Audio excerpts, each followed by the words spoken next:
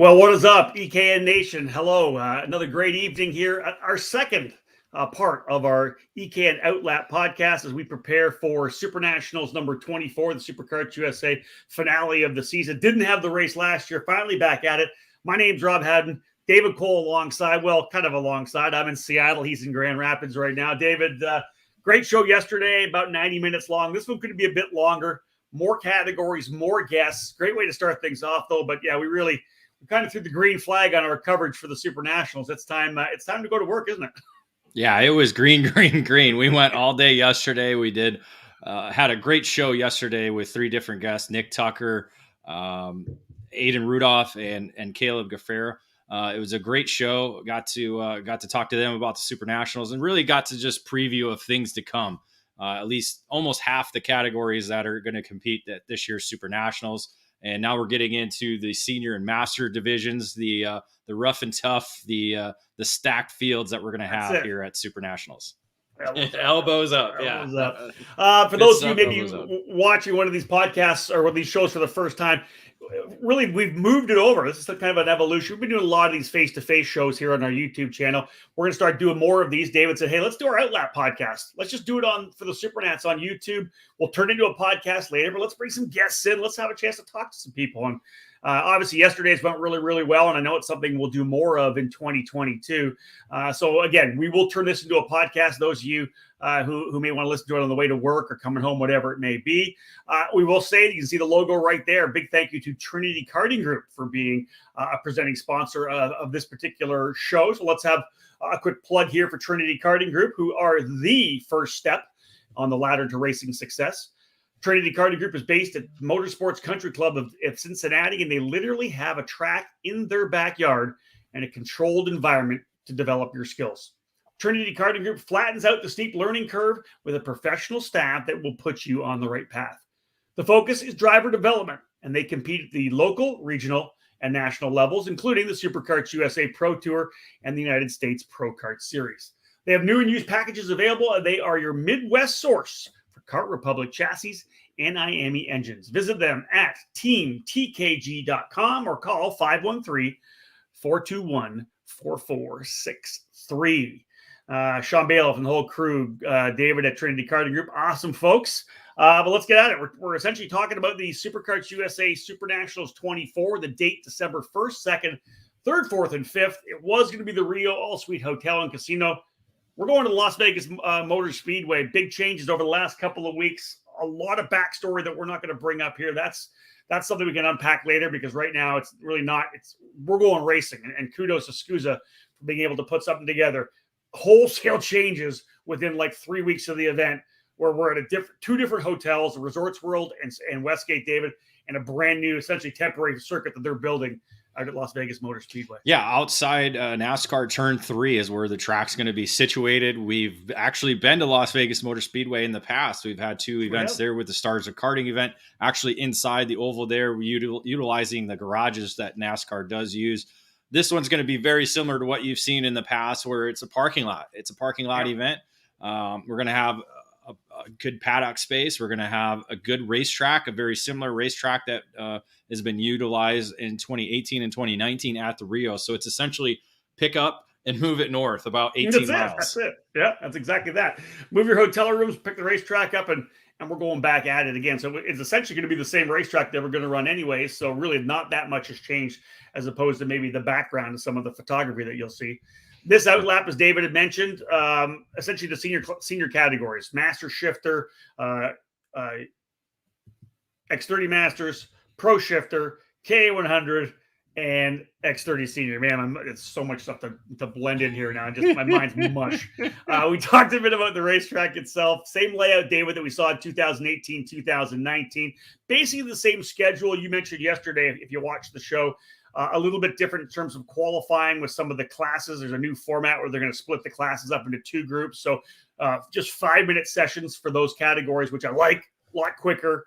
I think that's a lot better. Let's talk weather, though. Let's do that in this particular show. Man, I tell you, when they said the first week of December, I was like, I'm bringing the lawn johns. I'm bringing all my ski gear with me because it's going to be cold. Man, it's going to be 60s to 70s. I don't think they could have asked for much better weather. Sunny every day, they're saying.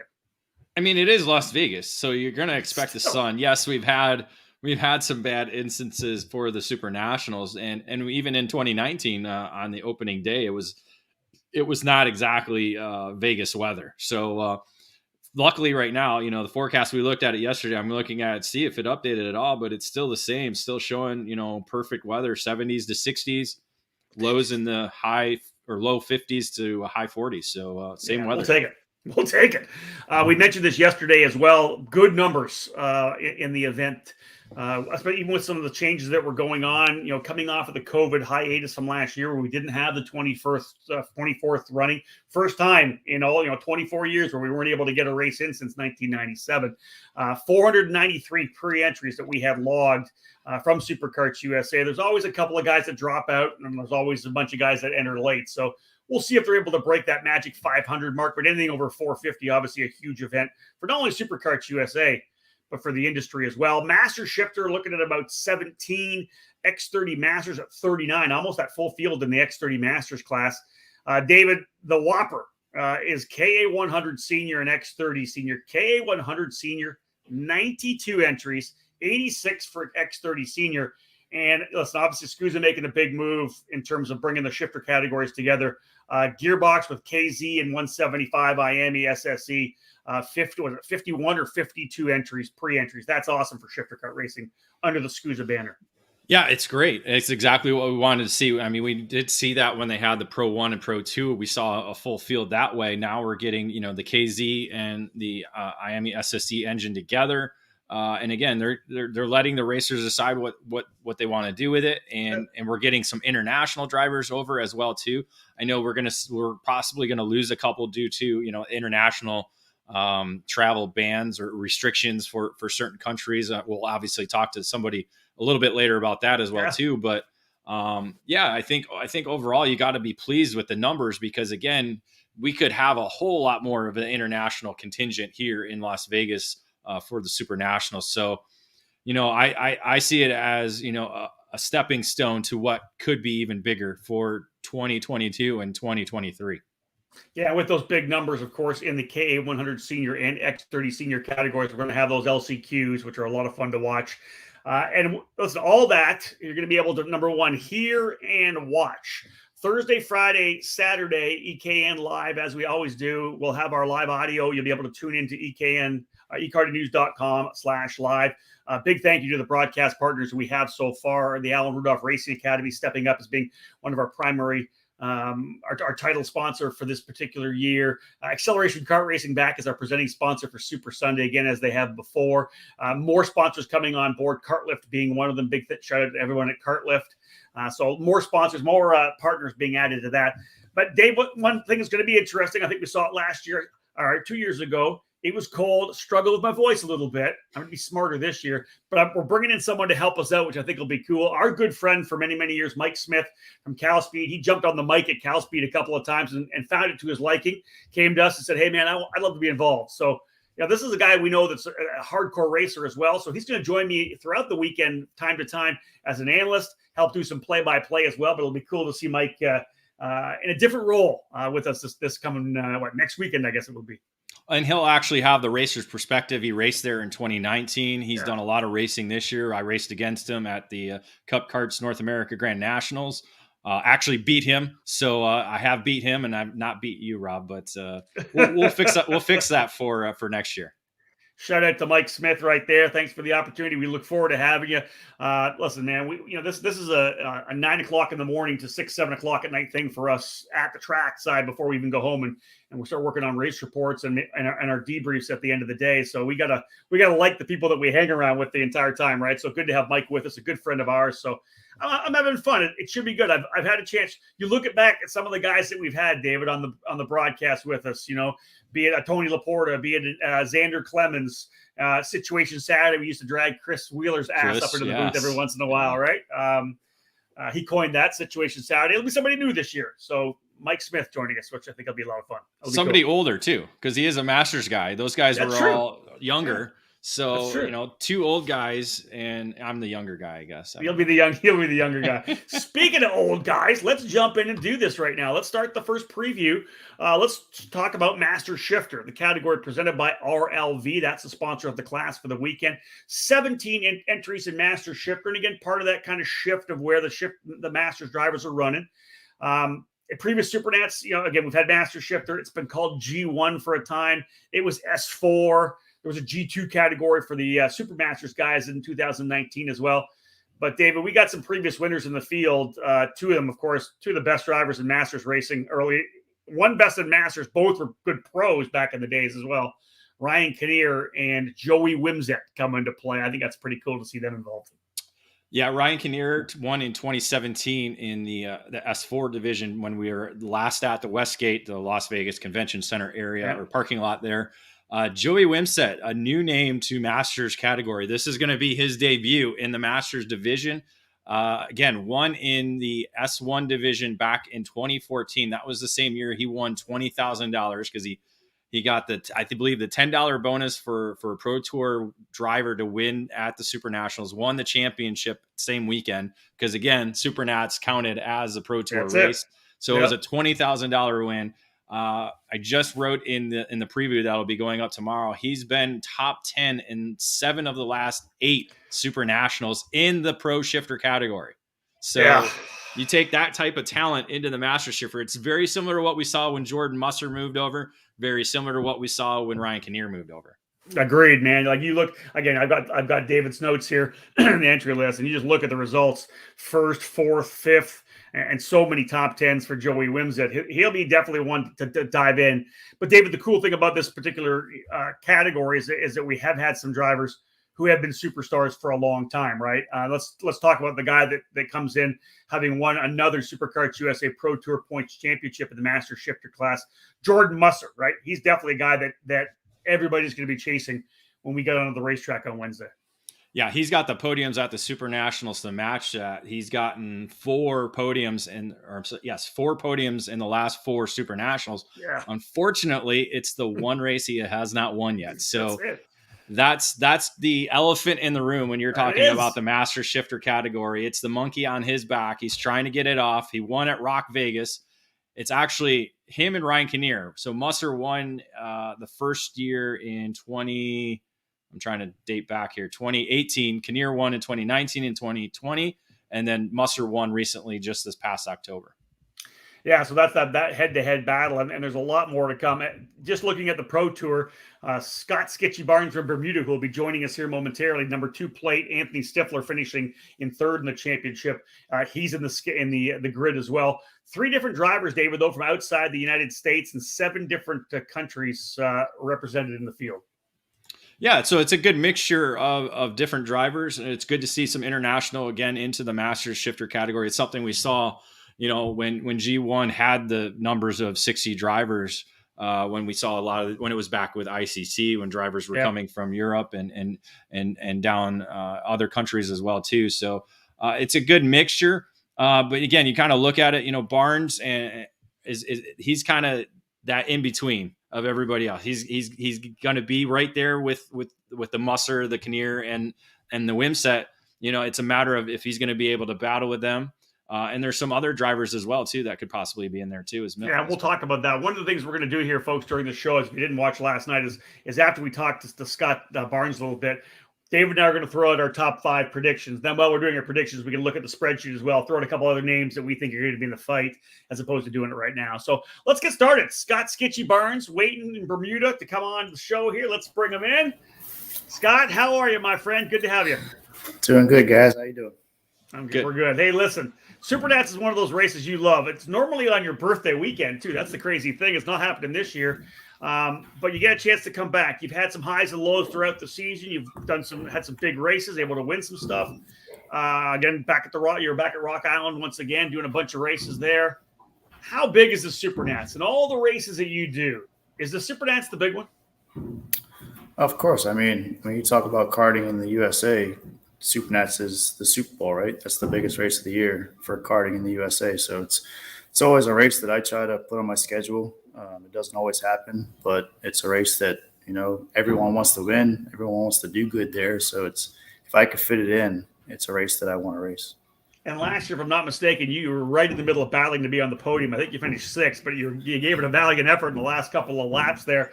Not getting on the podium. How much did that sting back again, 2019? I say last year, but 2019. How much did that sting, and how much has it been eating away at you over the last 24 months?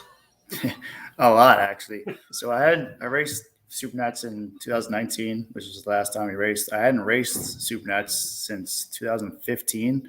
So I had a 4-year break from, the biggest race of the year. Mm-hmm. Went there. It was the first time I had competed in the SKUSA Pro Tour full time. Won the championship that year. No, sorry, that was next year. So anyway, go to SuperNats, not being there in 4 years, and come down to 5 laps to go, and I find myself battling for a podium. And I'm like, this is great. Finished the race 6th. I think one more lap, we would have had a podium. We were right there at the end with, Kinnear and the top, 2 to 5 guys. Hamilton just walked away. He was so fast. Yeah. But, at the end of it, I was happy with being able to compete with these top 5 drivers in that class. But definitely disappointed that it couldn't finish it on the podium. So I was hungry to go back there last year and try to put it on the podium, and then COVID shut everything down. So this year I'm definitely, chomping at the bit to try to see if we can get a podium finish. How was it that you learned about the SuperNationals being from Bermuda? I mean, it's not like, they're advertising the race over there. How did you learn about it?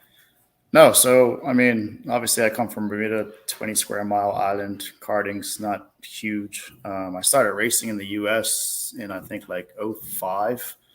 Started with the Rock Island Grand Prix, was my first race out there, and kind of got, doing more races. I went road racing for a lot of years in the US. And then I think I went to SuperNats 06, 05 was my first year. I want to do the best racing out there, right? So SuperNats is obviously the best. And once you do SuperNats for the first time, you're hooked. You want to do more. That's good.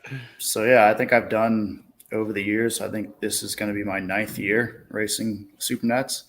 Like I said, it's a race that every karting person wants to win, wants to do well at.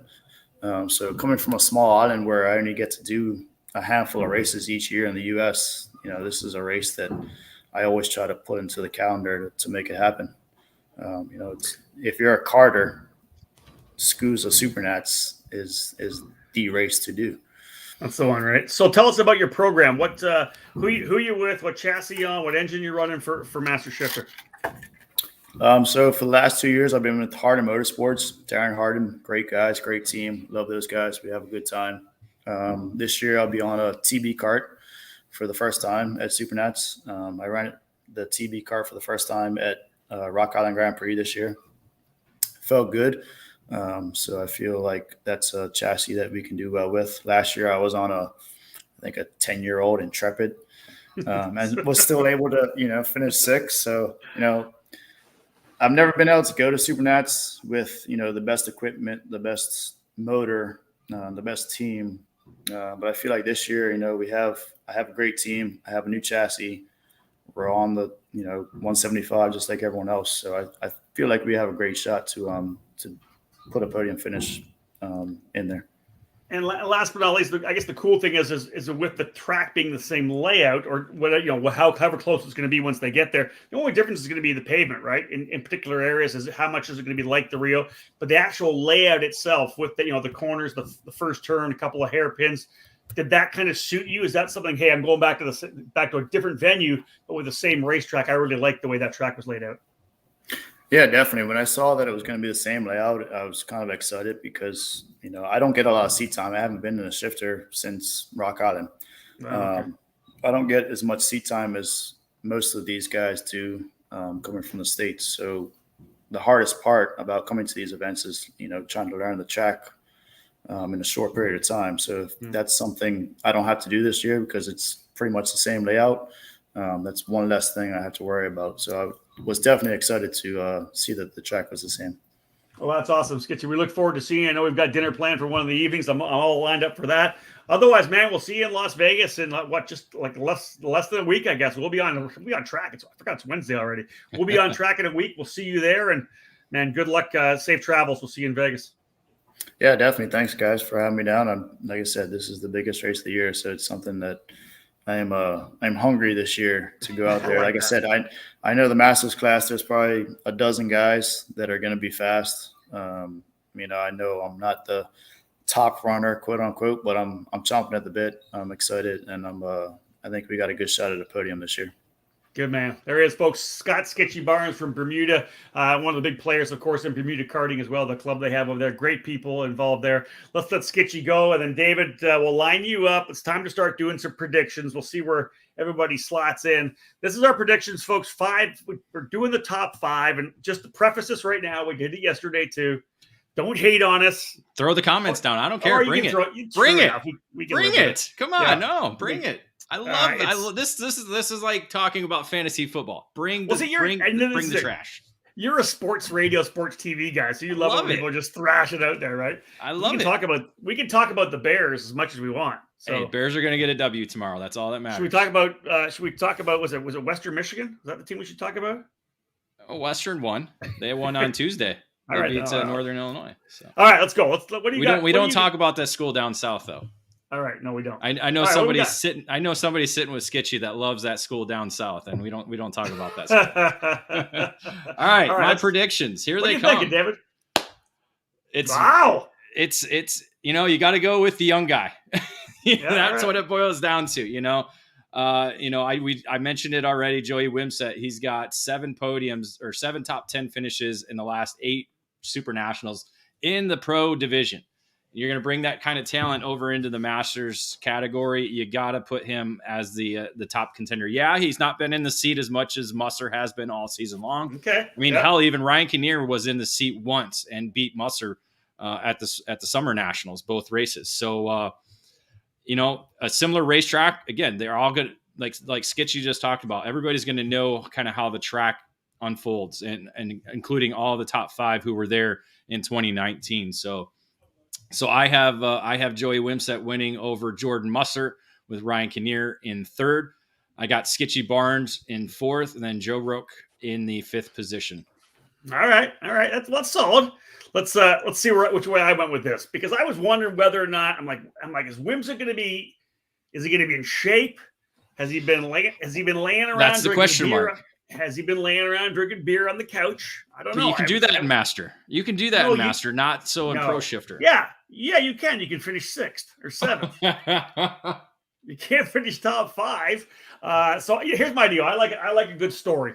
And Jordan's coming off that win at Rock Vegas, as you had mentioned, feeling good about things. I'm going to put Jordan Musser, adding that one little thing he needed on that resume, like a almost unparalleled resume in terms of karting in the U.S., all the stuff that he's been able to win. And I see him winning the SuperNationals this year and checking that one off. Ryan Kinnear's going to be in the fight. And, of course, Joey Wimsett right there. I think Skitchy Barnes is going to come in there and get that podium that he just missed out on last year. And I think he could be even quicker depending on how things play out. And I'm with you on Joe Rook as well. I think he's a guy that as long as Joe can stay out of trouble, I think he's a podium guy out there right now. He makes mistakes here and there. We've seen before. He's aggressive, that's for sure.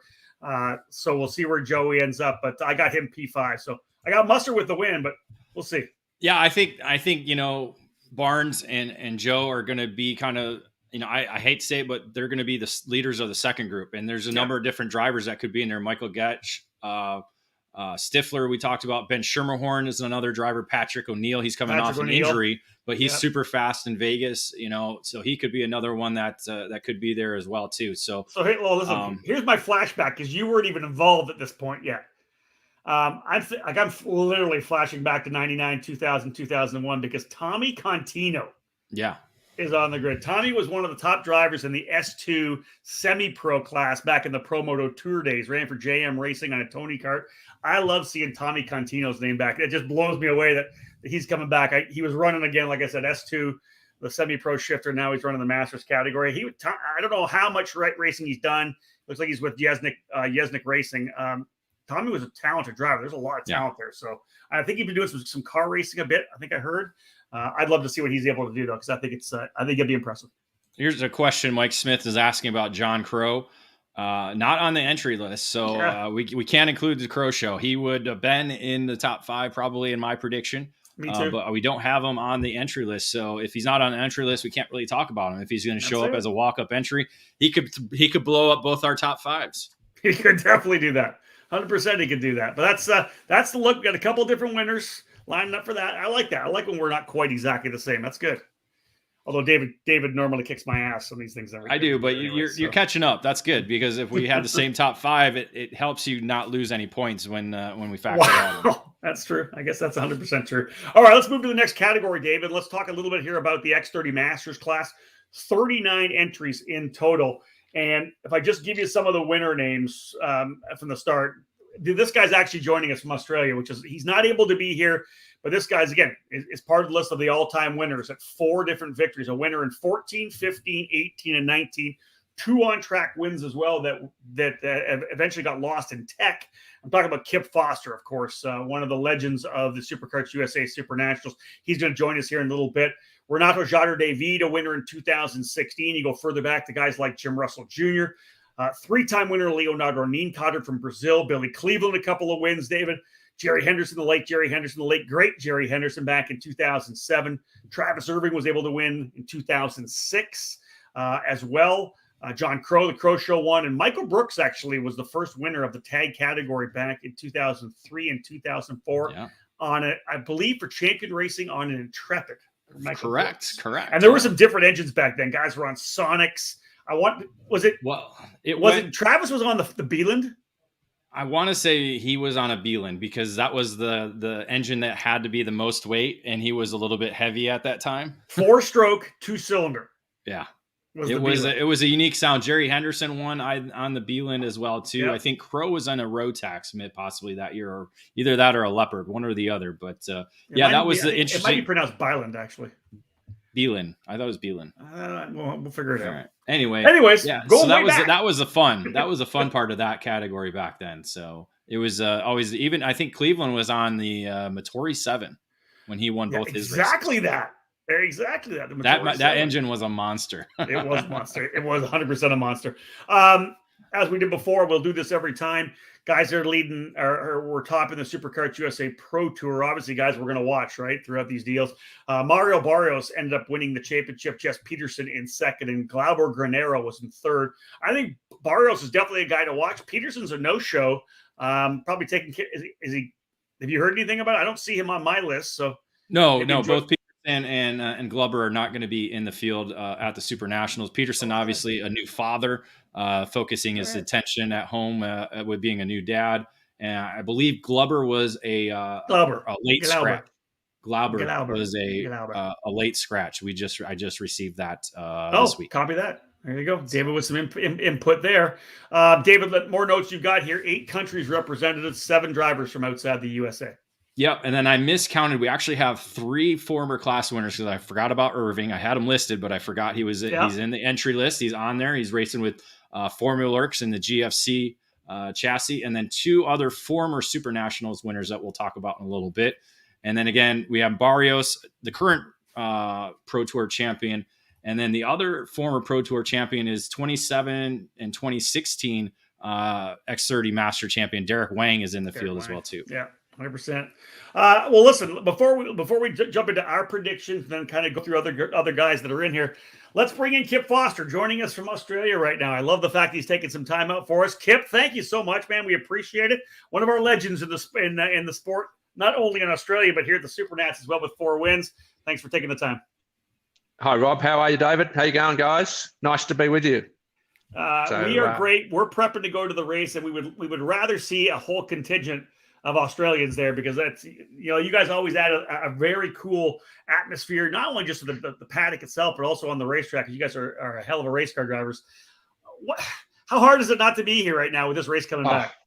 It's unbelievable. I mean, I still say to my family, like 2 weeks out, I'm going to try and get on a plane somehow, but it's just reality, unfortunately. Our government just has a travel ban, particularly where we live on the West Coast. And so I could probably get there, but I wouldn't be able to come home. you know. Yeah. So, I mean, I'd actually love that. I love the USA, but I think my family wouldn't be too happy about that. So, you so also have unfortunately, another 12 months. Yeah, you also have a pretty good team down there. Your KF brand. You got your own kart down there. You got your own team. You got a lot of success yourself back in Australia as well, correct? Yeah, no, it's going well. We made a shift at the beginning of the pandemic to Birolart.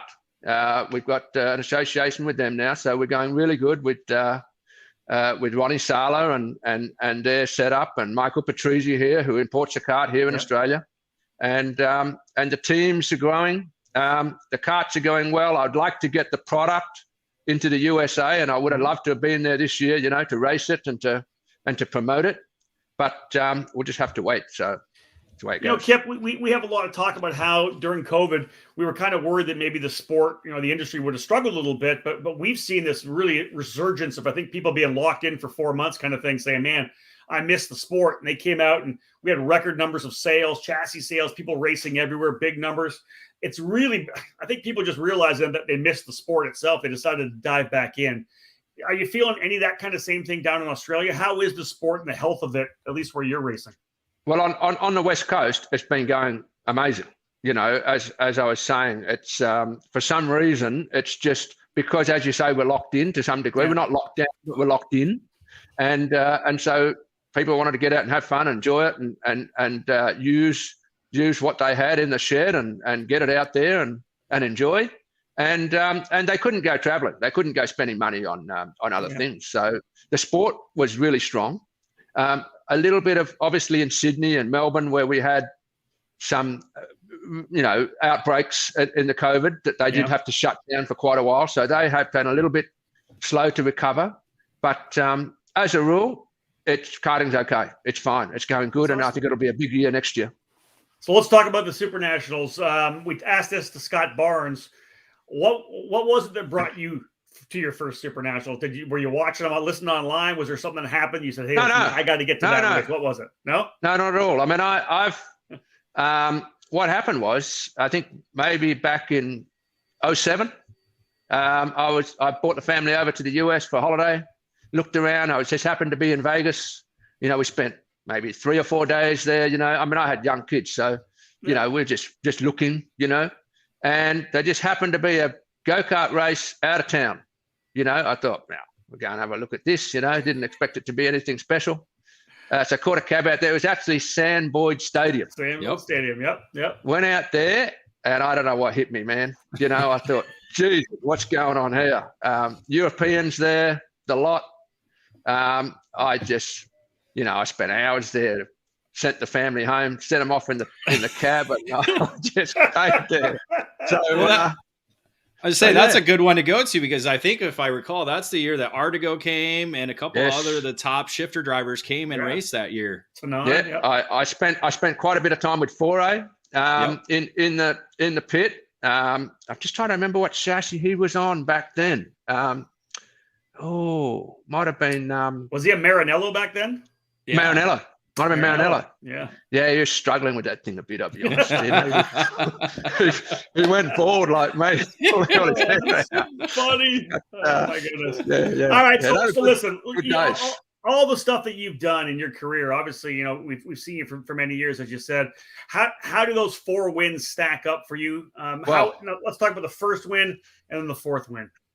Well, I just saw, I very rarely show my trophy collection, but I've got it behind me. That's the whole trophy collection. That is all my trophies. Over all the years, shifting houses and this and that, you just throw out all of the stuff, and there were some Australian Championship trophies that we knocked over when we moved, and Dad just chucked them in the bin, and I went, what are you doing, But I'll be honest, up there behind me, it's got the 4 SuperNats wins. I mean, obviously those 2 big chrome ones on the side, where we sort of tried to get them home in a suitcase, and they got belted to bits. But look at where is it? Look at that 23. That's a great one. Oh, what's going together? I love it. Yeah, that there is amazing. Right? I mean, that is. I just don't think that we'll ever get rid of that thing. That thing is just a keeper. Shout out to Chris Ortenberger for the design of that one. Brilliant, absolutely brilliant. Cool. So, but yeah, it has a special place in my heart, the SuperNats, and I'll keep coming back if we can. So definitely. Well, listen, when you're watching on Super Sunday on Facebook, I'll let you know that he's 47 years of age, but David Foray is actually racing KZ this year. Oh, he's coming to race, which I think is absolutely awesome. Wow. That's amazing for sure. Yeah. So listen, I guess my question would be this. The minute the border opens up, are you coming back? Are we going to see you next year, hopefully? Well, yeah. I mean, I'll 100% be there for the SuperNats. I mean, I'd love to be there for a couple of other races and try and promote the product, you know. So if we can get a distributor over there, then I'll come over there and put a face there and help the boys. And of course, I'd jump in a kart and race it because life's too short to be sitting on the fence, you know. That's exactly. Yeah. Well, Kip, thank you so much, man. I'd love to be able to be talking about you on the racetrack, doing one of those storming runs up to the front like you've done before, or just dominating. We've seen that before too, where you won all 3 heat races. We'd love to have you back. You're one of the characters we love having at the racetrack, and we love the passion that you show. And yeah, the KF brand has obviously been strong for you guys down in Australia, and it'd be a cool brand to see up here as well. So all the best with that. Love it. Thank you, boys. Good on you. See you next time. Thank you. Thanks. Kip Foster, folks, one of the 4-time race winners, David. How long did we wait? It was Conor De Felipe had those 4 wins for so many years, and nobody got close to him. And all of a sudden, in comes Foster, in comes Musgrave, right? Yep, now we have 3. Yeah, it's amazing stuff. All right, so we're talking X30 Masters right now, a class that we really love watching. And normally was for how many years, David? Was it the very first class that sold out? Like literally in one day. It was right. One of the first categories to sell out, and even at least for the 44, and then they expanded it to be 88, and then so we had 60 to 70 guys. This year it's a little bit down, but again, we had a lot of international drivers in this category, so that's part of the number issues there. But other than that, the competition level is still going to be fierce this year. Probably anywhere between 50 and 20 drivers within having an opportunity to be on the podium. That's what I've got here. I've highlighted some guys on my side on the spreadsheet. I'm like, man, there's a good probably 15. What do you got, David? Who you think who's taking home the big money? Who's taking home the big trophy? We want to go to predictions. It is. Here we go. Wow. Well, all right. Again, I'm keeping with the youth movement in the Masters category. This guy came out in 2017 as a master driver, said he'd never do it, finally did it. For those of you listening on the podcast, it's Matt Johnson. I haven't said his name yet. I was building up, Rob. It's called a build up. But that wasn't all right. I'll give you that. Didn't feel good. I was building up. Goodness gracious. Go. See, I understand how the television program works. Anyway, 2017 came out and finally came over to the dark side and the old guy class and finished 4th. And you could see he really wanted to get that victory. Had a DNF the next year and then came back in 2019 and got a runner-up finish. But I really think Matt Johnson is the cream of the crop when you look at this field. He has the skills, the brain power to be able to put himself in position to win. Foster was just nearly unbeatable last year, and I think with Foster out, you got to look back to who finished second to him last or 2 years ago, and it's going to be Matt Johnson. We were going to have this guy on the broadcast tonight. Unfortunately, he had some prior commitments he had to attend to. I have Scott Kopp, the 2-time USPKS Pro Tour or USPKS X30 Master champion, finishing in 2nd last year. Had an issue with getting to one of the heat races late. Actually missed a heat race. Because they moved the times around and he was going by the schedule and they actually took off without him. So he missed a heat race, had to build back from that. And that pretty much took him out of contention, especially when you had, 2 different or the field over 44. So he had to get through the heat races, get through the last chance qualifier in order to make the main event. So I see him. He was one of the quickest drivers 2 years ago. I see him as obviously a top-notch X30 Master driver. So I have him 2nd. One of the great stories we have in the SuperNationals, Bonner Moulton, making his 24th start at the SuperNationals. So he's been to every single SuperNational. This is going to be his first year in the X30 Master division. I don't think you can't take away the talent he has, even though he is probably one of the older drivers in the field. He has the talent to be able to compete. And yes, he's going from shifter to single speed, but he's been coaching these single speed drivers for a long time, including Hannah Greenemeier. He's going to be right there. I got Renato Jader David in the 4th position. He was the winner in 2016. He's fast no matter where he goes, both be it USA or in Europe. I have him finishing in 4th. And then I have our Pro Tour champion with Mario Barrios in the 5th position. Woo! Good overview, David. A lot of insight there. I like that. No, it's when mine throw up there, we're going to see obviously that you and I have kind of the same feeling on it. It's weird because it is. I didn't like it. You didn't like it? I didn't like that. Yours almost matched mine. Well, yeah, we look and you look at the past results, right, guys? What have they done at the Supernats? Have they struggled? Yes. Have they made mistakes here and there where they've fallen? Bring mine up here, and we'll have a look at my thoughts on the top 5. I'm with you on Matt Johnson. I like the idea of the youth movement. There's a guy that I don't know how old Matt is right now. What, 33, 34 maybe? David, you think? Well, he's got to be at least 35 because 2017. He had to have been 30. So okay, all right. So there you go. So 35, maybe 36, but just a fiery competitor. This is a guy that you could throw back into a senior race anywhere, and you'd expect he could be in the top 10, right? With the right role. I struggle badly not picking Renato Jader David anytime he rolls around the racetrack because he's just so good.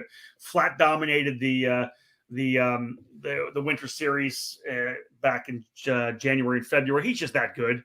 Wow. Confirmation. 42? So Matt Johnson is 42. Wow. Now Mike Smith is saying he's 41. Whatever. All right. Hey, listen, if he's 42, he's a badass 42. He's in his 40s. Yeah. Yeah. So here's one that I'm throwing out here is Danilo Ramalho for Kevin Monteith's Racing Edge Motorsports. They ran the first weekend, the Winter Nationals at NOLA, and he was bad fast. But then they weren't able to get back across the border. There was some BS that was going on, so that Danilo wasn't able to come back out. I think he's going to be a guy that we need to watch. He could be my little sleeper here that kind of shakes things up.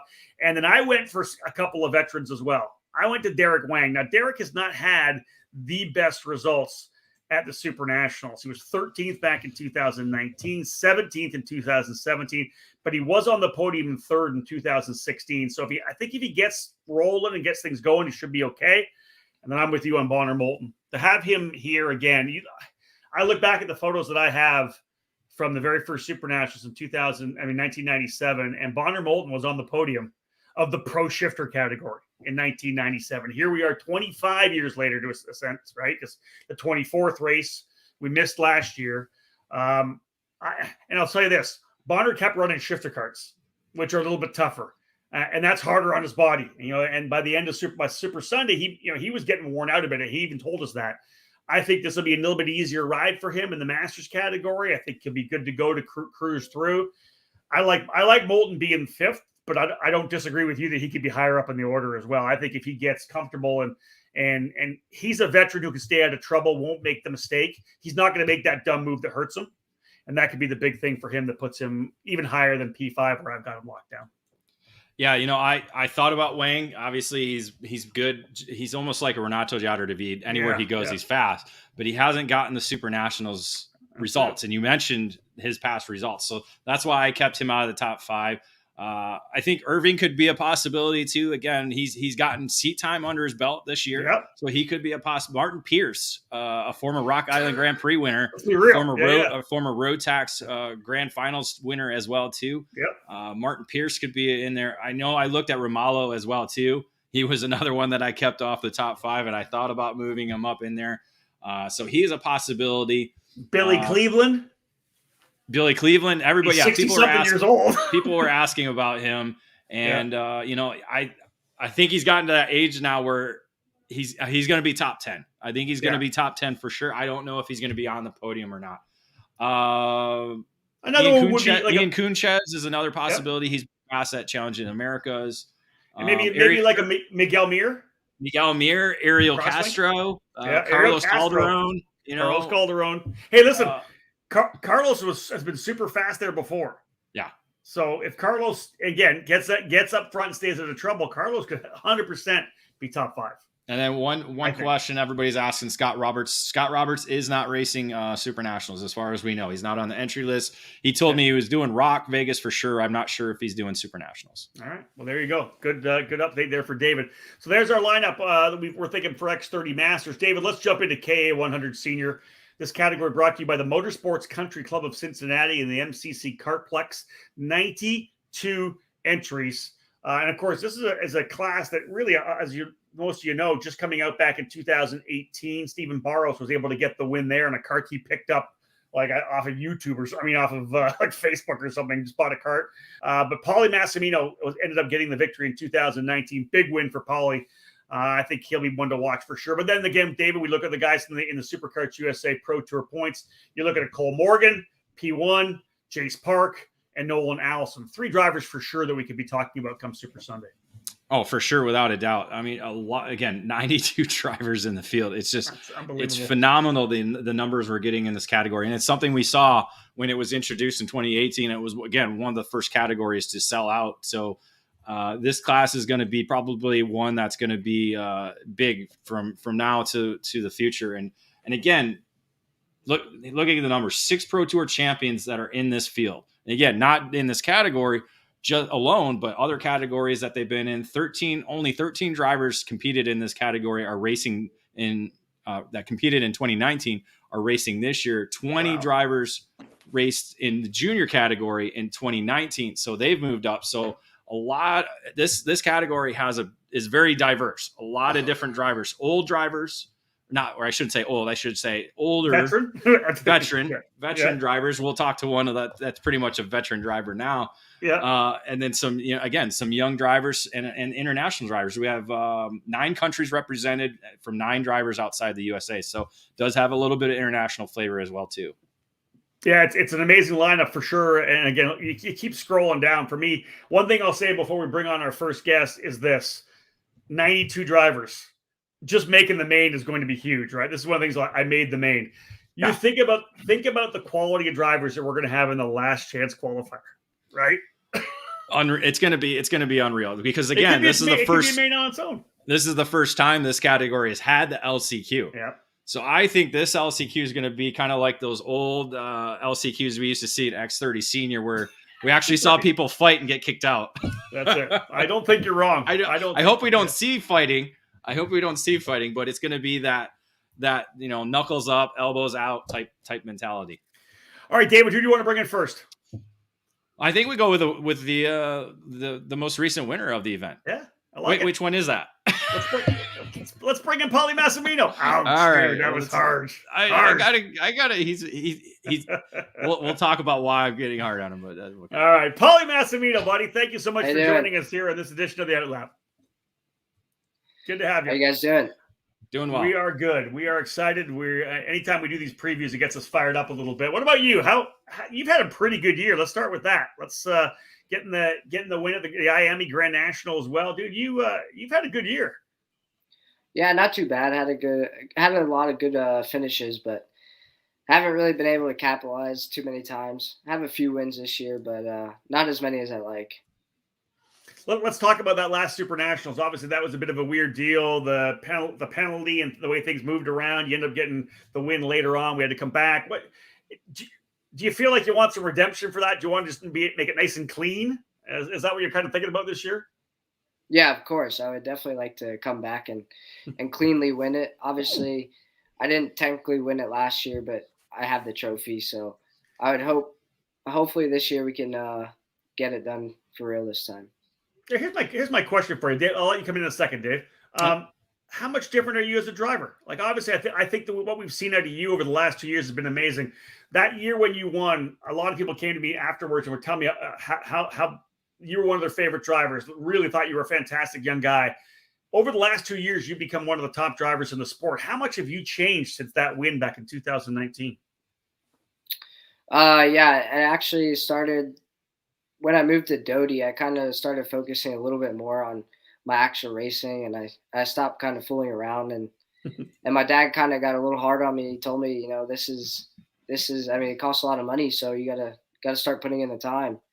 So with Doty, I kind of started to tune in a little bit more, And then obviously got that win at SuperNats. And then this year I've actually taken it to a whole nother level. I mean, obviously we haven't won too many races, but we won a few. But ever since I switched to RPM, I've kind of been tuning in a lot more to what we could do to be better. I mean, I'll sit in the trailer for an hour after the day just looking at data and just going over every single corner and seeing what I can improve for the next day and how to be better. So I've started to focus a lot more on trying to actually win instead of just having fun. Yeah. You've kind of been mostly at the X30 category throughout the season, and then you've dipped down and double dipped, running both KA and X30. Do you think focusing on the X30 has helped you at all with the KA program, or are they two kind of separate entities? Honestly, to be honest, it's probably from just how many laps I have at GoPro. So it kind of made it not as difficult to adjust, but for sure X30 has helped me. I used to be, I mean, I still am a dumb driver, but I'm a little bit smarter now. And it helped me bring it back to KA and to focus on not making any mistakes and driving the best I can. And honestly, KA has helped me more in X30 than X30 has with KA. I was to say, that's the one thing I've noticed throughout the season is that you're not making mistakes. You were consistently within the top 5 each race or each heat race, each final, and then going from round to round. I think you've already mentioned it. It's just kind of the development of yourself. Is there anything else that you think you can get better at, whether it be the way you approach your data sessions? Is it the testing that you do on off weekends, or is there something during a race weekend where you think you just need to get better at one certain thing? I think I still need to not have as much fun. I'm still having a little bit too much fun. So maybe tone it back just a little bit. But obviously I still like to have fun at the track. So maybe tune that down a little bit. But we actually got some testing done. We got some testing last weekend, and I feel like it went pretty good. So the main thing, I don't know. I just feel like got to be paying attention a little bit more, being careful. I mean, it's super nats. A lot of it's luck, but just got to keep the head clean and not make any mistakes and just ride through the heats. Do you feel like you're rolling in with momentum right now? Obviously, that win at the Grand National was big, but compared to where maybe how you felt coming in to the race in 2019, do you feel you're better prepared, number one, and do you feel like you have some momentum and some confidence for this year's edition? Yeah, for sure. Because in 2019, I expected to maybe finish 10th. I didn't expect to be up there with those guys, but no, I definitely feel like I've matured as a driver, and I definitely don't make as many mistakes as I did 2 years ago. So hopefully we bring some heat. I feel like we can. I mean, Perry, all those guys are doing an amazing job getting everything ready, and hopefully we got the speed, the tuning, the driver shows up. I think we'll have the motor, so we'll see. Sounds like a pretty good package all around, Pauly. And I think David and I have no doubt you're going to show up. So we look forward to it, buddy. You always do. Thanks for joining us on this edition of OutLap. We appreciate it. I guess we'll see you in Vegas next week. Thank you for having me. Awesome. Right. That's Pauly Massimino, the 2019 winner. And David, anytime he rolls out, right, you see him on the grid. This is the guy you know can win a race, which I like. That's what he's become. Yeah, I think he has that confidence. Like he said, he's eliminating the errors. He's doing that, and he's focusing more. And you got to have fun. There's no doubt about it. That's why everybody's doing this, is to have fun. And so you still got to have that. And I like his attitude. He's like, you know what? I just got to focus a little bit more. And I think he's done that throughout the season. I think moving to Ryan Perry Motorsport has kind of helped him do that as well too. Mm-hmm. He's got a lot of talented drivers around him there, and a lot of good staff to kind of keep him focused, and it's good. So I certainly expect him to see him up front, both in KA and X30 Senior. So we've got another guy to bring in here, because obviously there was the winner who took the trophy home, and there was a winner on the racetrack in 2019. Let's bring in Brandon Lemke, obviously one of the top KA 100 drivers in the country. Brandon, obviously you saw Pauly there. He's the one that has the trophy at his place. What do you recall from 2019? Have you just got rid of it, or how do you feel about it? Oh man. Well, thank you guys for having me. First off, great to have you, buddy. Great to have you. Yeah, looking back at that one, I mean, I couldn't really have asked for a better weekend, really. I mean, I qualified 7th, but I made a stupid mistake and kind of going to the X30 to KA, bouncing back and forth. I was different tires, stickier tire in the X30. And I remember in 2019, there was the braking zone was like right at the start finish line. So I was doing that in X30.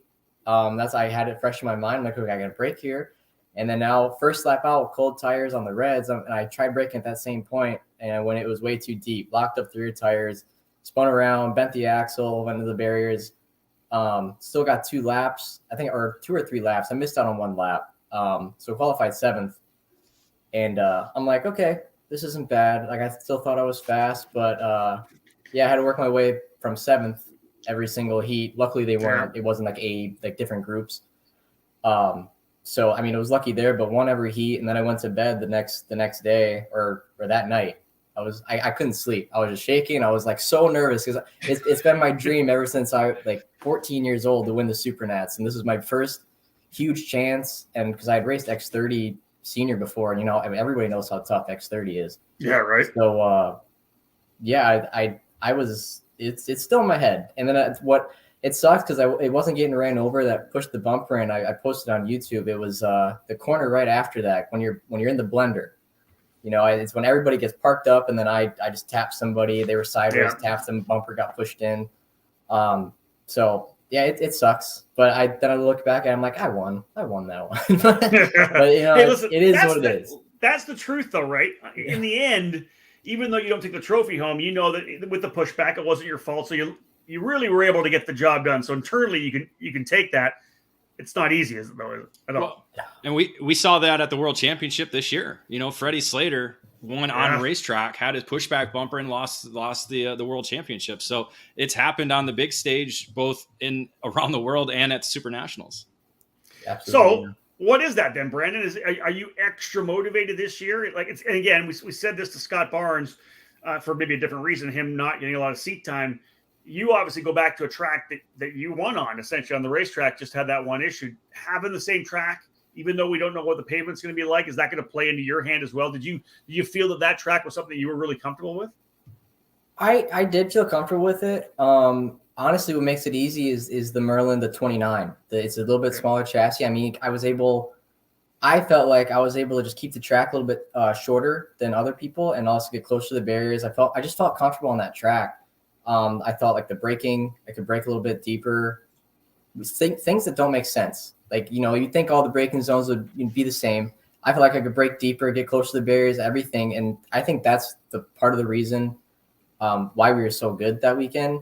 I mean, screaming those engines over 17,000 RPM down the straightaway was a bit frightening. It's like there's a grenade right next to my head, but it's like it was cool. I felt comfortable. But then again, we went to the Westgate a few years before that, and I was horrible. Like I only raced X30. I don't know. I've maybe gotten to the top 10 once or twice. Luckily, somehow.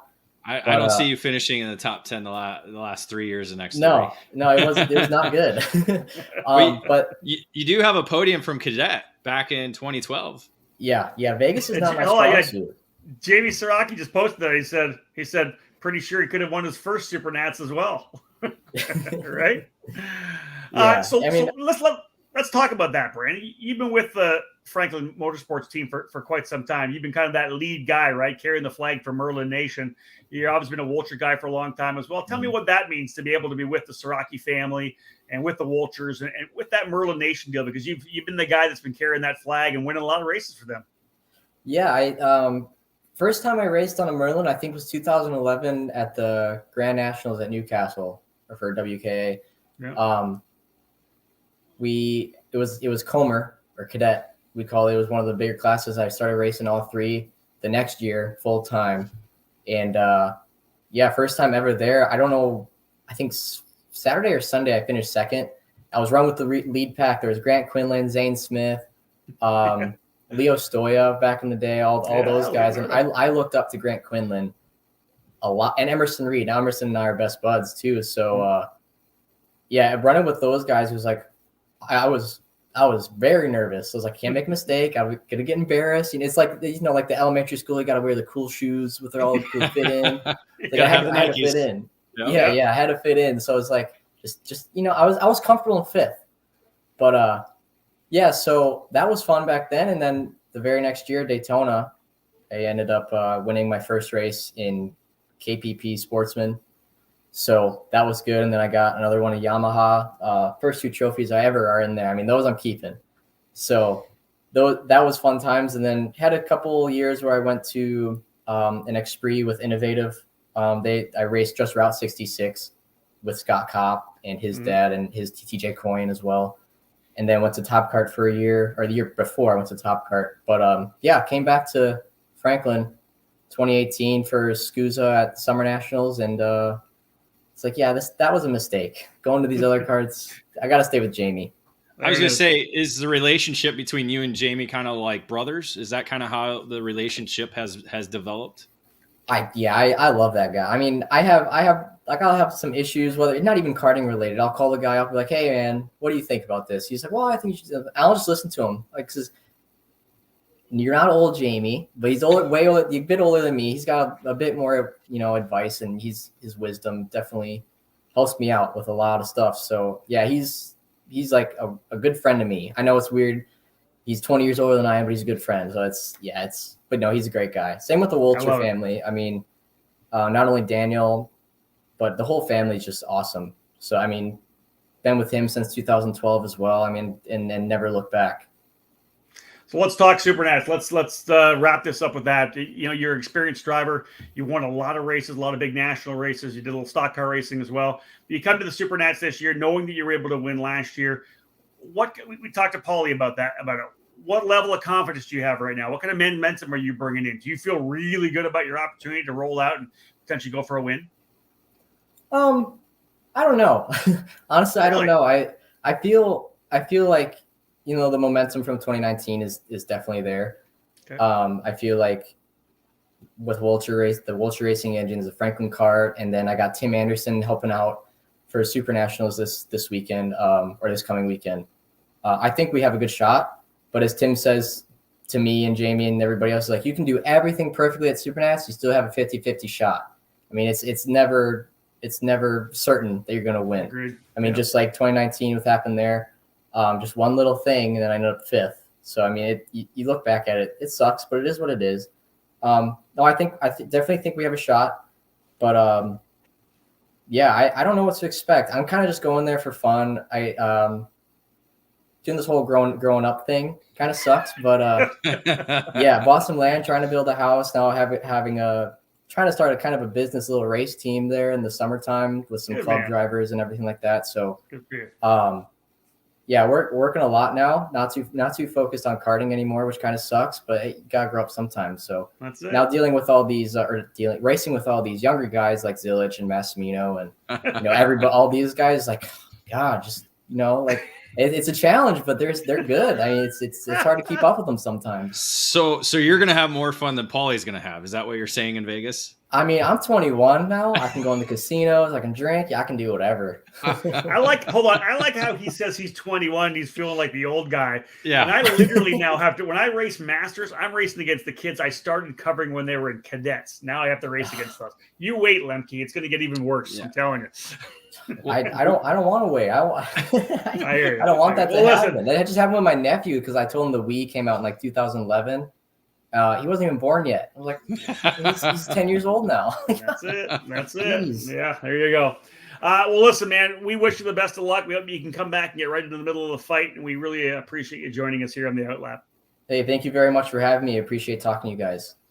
Brandon Lemke, David, it's been fun following him, man. I remember back, I can't remember what year it was, Pro Moto Tour photo finish between he and David Malukas for the championship.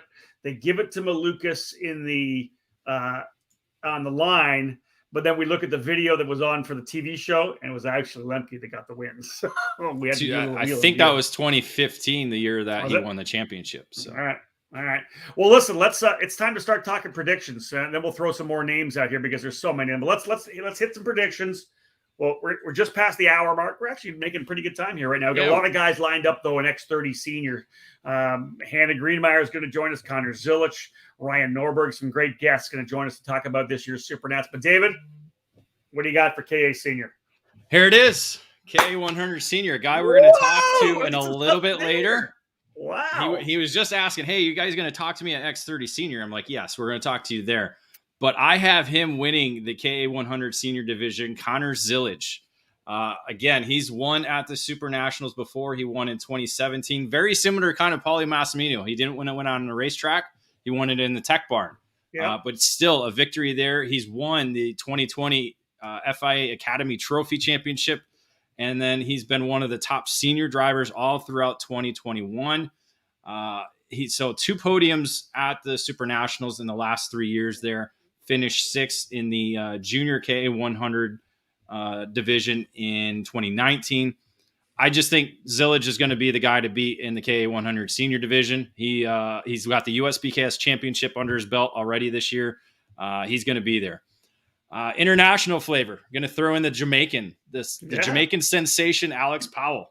I have him finishing in the 2nd position. This is going to be our first time seeing him in senior level competition. He's been racing OK Junior with Kart Republic over in Europe all season long. So this is going to be our first time seeing him in the senior division. Another senior rookie, Alex Stanfield. I have him finishing in the 3rd position.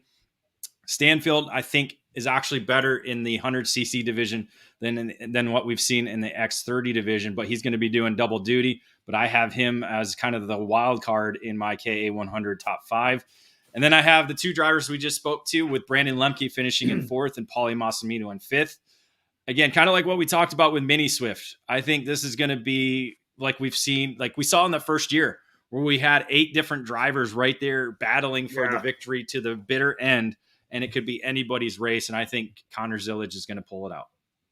I'm feeling like we're going to have that 10 driver pack over the last couple of laps because the minute we're going to see this, I can't remember. I think once it's turn 4, the left-hander where Lemke and Massimino got together, but then the right-hander, where as soon as somebody starts going on the block in the last couple of laps, everybody's going to be back in the fight. If I recall, that's how Lemke got back up there, because he was trying to drive his way forward, and we saw a lot of defensive driving, and that helped him get back up there. And again, we saw that in the first year as well too. A lot of defensive driving. That's when Steven Barros was able to come out, I think, coming onto the straightaway with the lead, and he's kind of looking around like, how did I get here?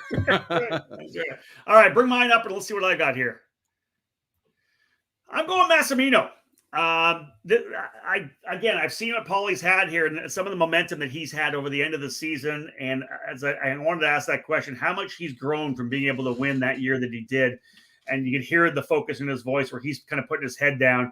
I'm thinking Pauly Massimino is going to go for the win. I've got Zilisch right there with you. And I think it's going to be that great battle. Of course, these guys have been battling it all year long.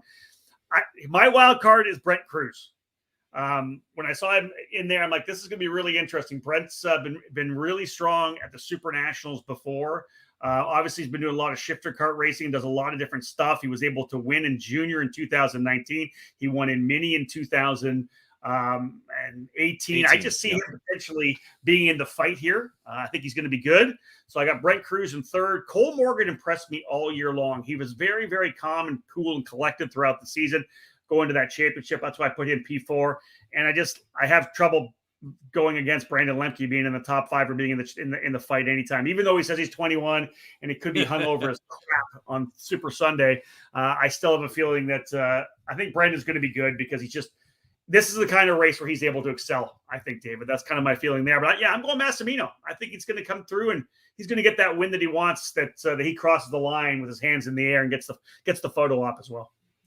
Yeah, I like that story. It's a great story. Like he said in the interview, he wants to win it, for sure this time. And as you said, with both hands in the air, we got a lot of questions. One question being Blake Nash. He's obviously a contender. Oh yeah. There's a lot of different names again that could have been on the top 5. Maybe our top 5 is a little East Coast biased. I don't know. Is that a possibility? I highlighted a lot of guys, right? So I put Cole Morgan. I want to see what Carson Morgan's going to be able to do. Here's this junior champion coming in to throw his name in. Is he going to be a guy that just all of a sudden picks it up and is super comfortable? But David, look, you got guys like Tyler Wettengel. We didn't mention Patrick Woods-Toth before, who's going to be running for Trevor Wicken's Prime Power Team. This guy has won a ton of racing south of the border and north of the border as well, right? So How about Alexander Kardashian? He always shows up and ends up being super fast at these at races like this. There's guys like that I think are going to show. Yeah, there's a Chase Jones, Hunter Kelly, Nolan Allison, Thomas Annunziata. Nolan Allison. I think the Carson Morgan could be a wild card because if he can take that, I don't know if he's going to be able to take that dominance that he had in junior and take it to senior. We haven't seen that, and we've seen drivers be up there and be able to battle. But again, who knows? It's going to be his senior debut, and it's at the SuperNationals. I mean, that's a really hard thing to do. I put Powell in there because he's got that European experience. I think I agree. You mix that in. We're talking about like a James Wharton. I mean, he came over and won KA 100 junior the first year and then won X30 junior the next year. I think if he would have came back and ran senior, I think he would have been a clear-cut favorite in those categories as well, too. So what happens, though, David, when Carson Morgan gets up there? He's going to be super fast, right? We've seen this before. If he starts getting some argy-bargy with some of the senior drivers, they may just say, listen, buddy, you're going to the back. We're going to move you off the racetrack or whatever it may be, right? It's a lot of the juniors come up, they have to cut their teeth, right? Got to earn their keep a little bit. And again, we're going to have the heat groups. Everybody's going to be split up. So you're going to be able to race everybody once if they're not in your group. So that's going to be a different mix for everybody, something new for them. So that, guys could be, being cautious and just going for heat race points.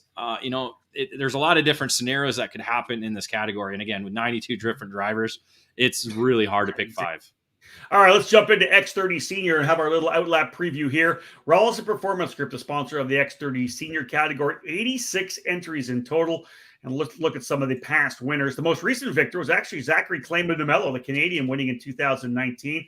We saw Ben Cooper come in for Rolison and win in 2018. Josh Carr was the victor in 2017. Was that the shortened race, David? Did we shorten that race? No, that was actually the year that Travis Anuto took the checkered flag, but was penalized for jumping the start.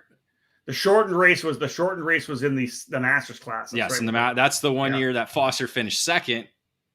And he was behind Chris Walton, who's from Australia as well, too. Huge last lap pass win for Jake Craig over at the Convention Center to win in 2016. And Louis Pagano, a very emotional win back in 2015. You can go deeper into some of the tag senior winners as well, because there's just been some great drivers who have been able to win there. Yeah, just some notable, again, 2004 was my first year there. And IndyCar driver Toby Schechter actually won the event that year. The first ever tag senior winner at the SuperNationals. I know you know who it is, Rob. Do you know? The Freck, Chris Freckleton. Freckleton. He's got to be in his 40s as well too, right? So he's like the Matt Johnson age group.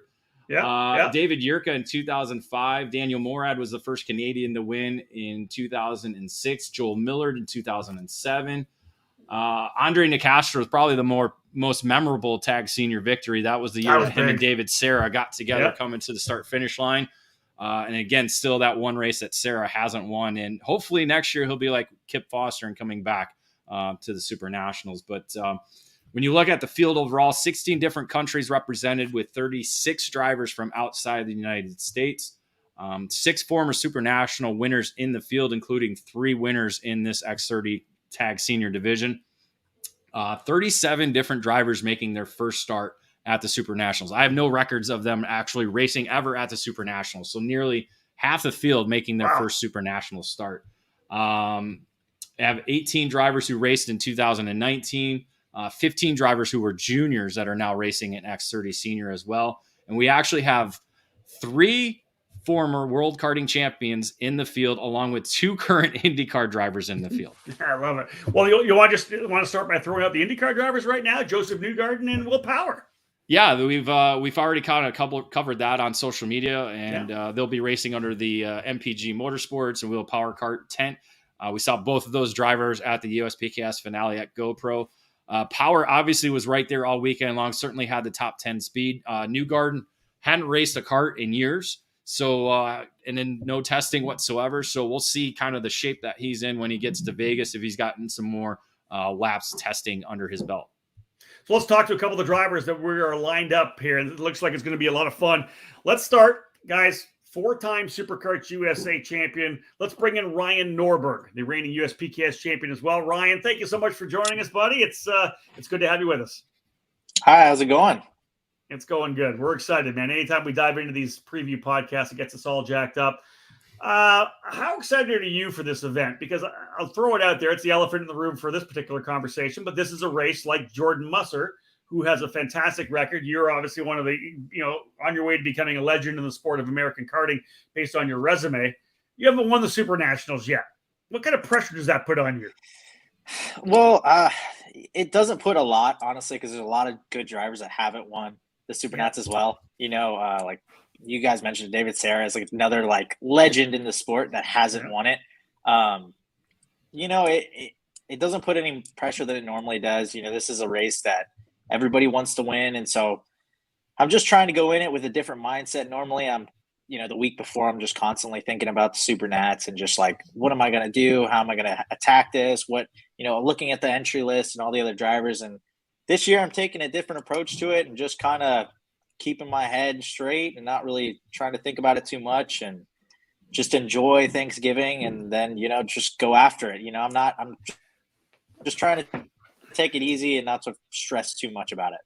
I find that interesting because I take you as being a very methodical guy when it comes to coming in. You break things down. I've had a chance to watch a lot of your YouTube stuff. And if anybody hasn't followed Ryan on his YouTube channel, there's a lot of great stuff for young racers coming up in the sport. And you're pretty methodical. You have a way you approach things and the way you handle certain situations. You're prepared for situations.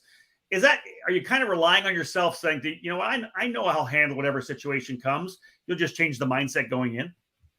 Pretty much. And something that like it's Vegas. So like the track is always different, even though it's the same layout as 2019, it's a different surface. So you don't know what's going to happen. And I feel like a lot of the time I'm stressing over stuff that I don't know, like I'm stressing about a driver and how fast they're going to be. And like, for example, in 2019, I thought, Taylor Barnard was coming over. I was like, wow, this guy's going to be really good.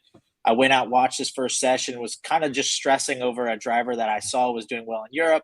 And then, he just didn't have the speed, which not saying he's not a good driver, but he just didn't have the speed that week. Mm-hmm. And so it was something that was like, all right, well, why did I spend so much time worrying about this particular person and worrying about how I'm going to beat him? And when I just need to be focusing on like the task at hand, which is just going out there the first session, learning the racetrack, and then trying to build a setup going into qualifying. That's exactly it. Here's a question about Rolison Performance Group. And obviously, you joined the team there a number of years ago, and you've been kind of their guy up front, winning championships for the Pro Tour, of course, winning one this year in the USPKS. But you're also kind of the team captain to a certain extent, right? You do a lot of work with the younger drivers. Well, you've got some drivers who have stepped things up, man. You're battling out with whether it's Hannah Greenemeier or Nate Cicero. How does that feel when you're having to race so hard against some of the guys and they beat you in a couple races? Well, how do they have the gall to do that, right? Yeah, well, it's different for sure. I think it's a learning curve for everybody on our team because I don't remember a team other than OGP, back in the day that had a lot of drivers on a team that were just all up front.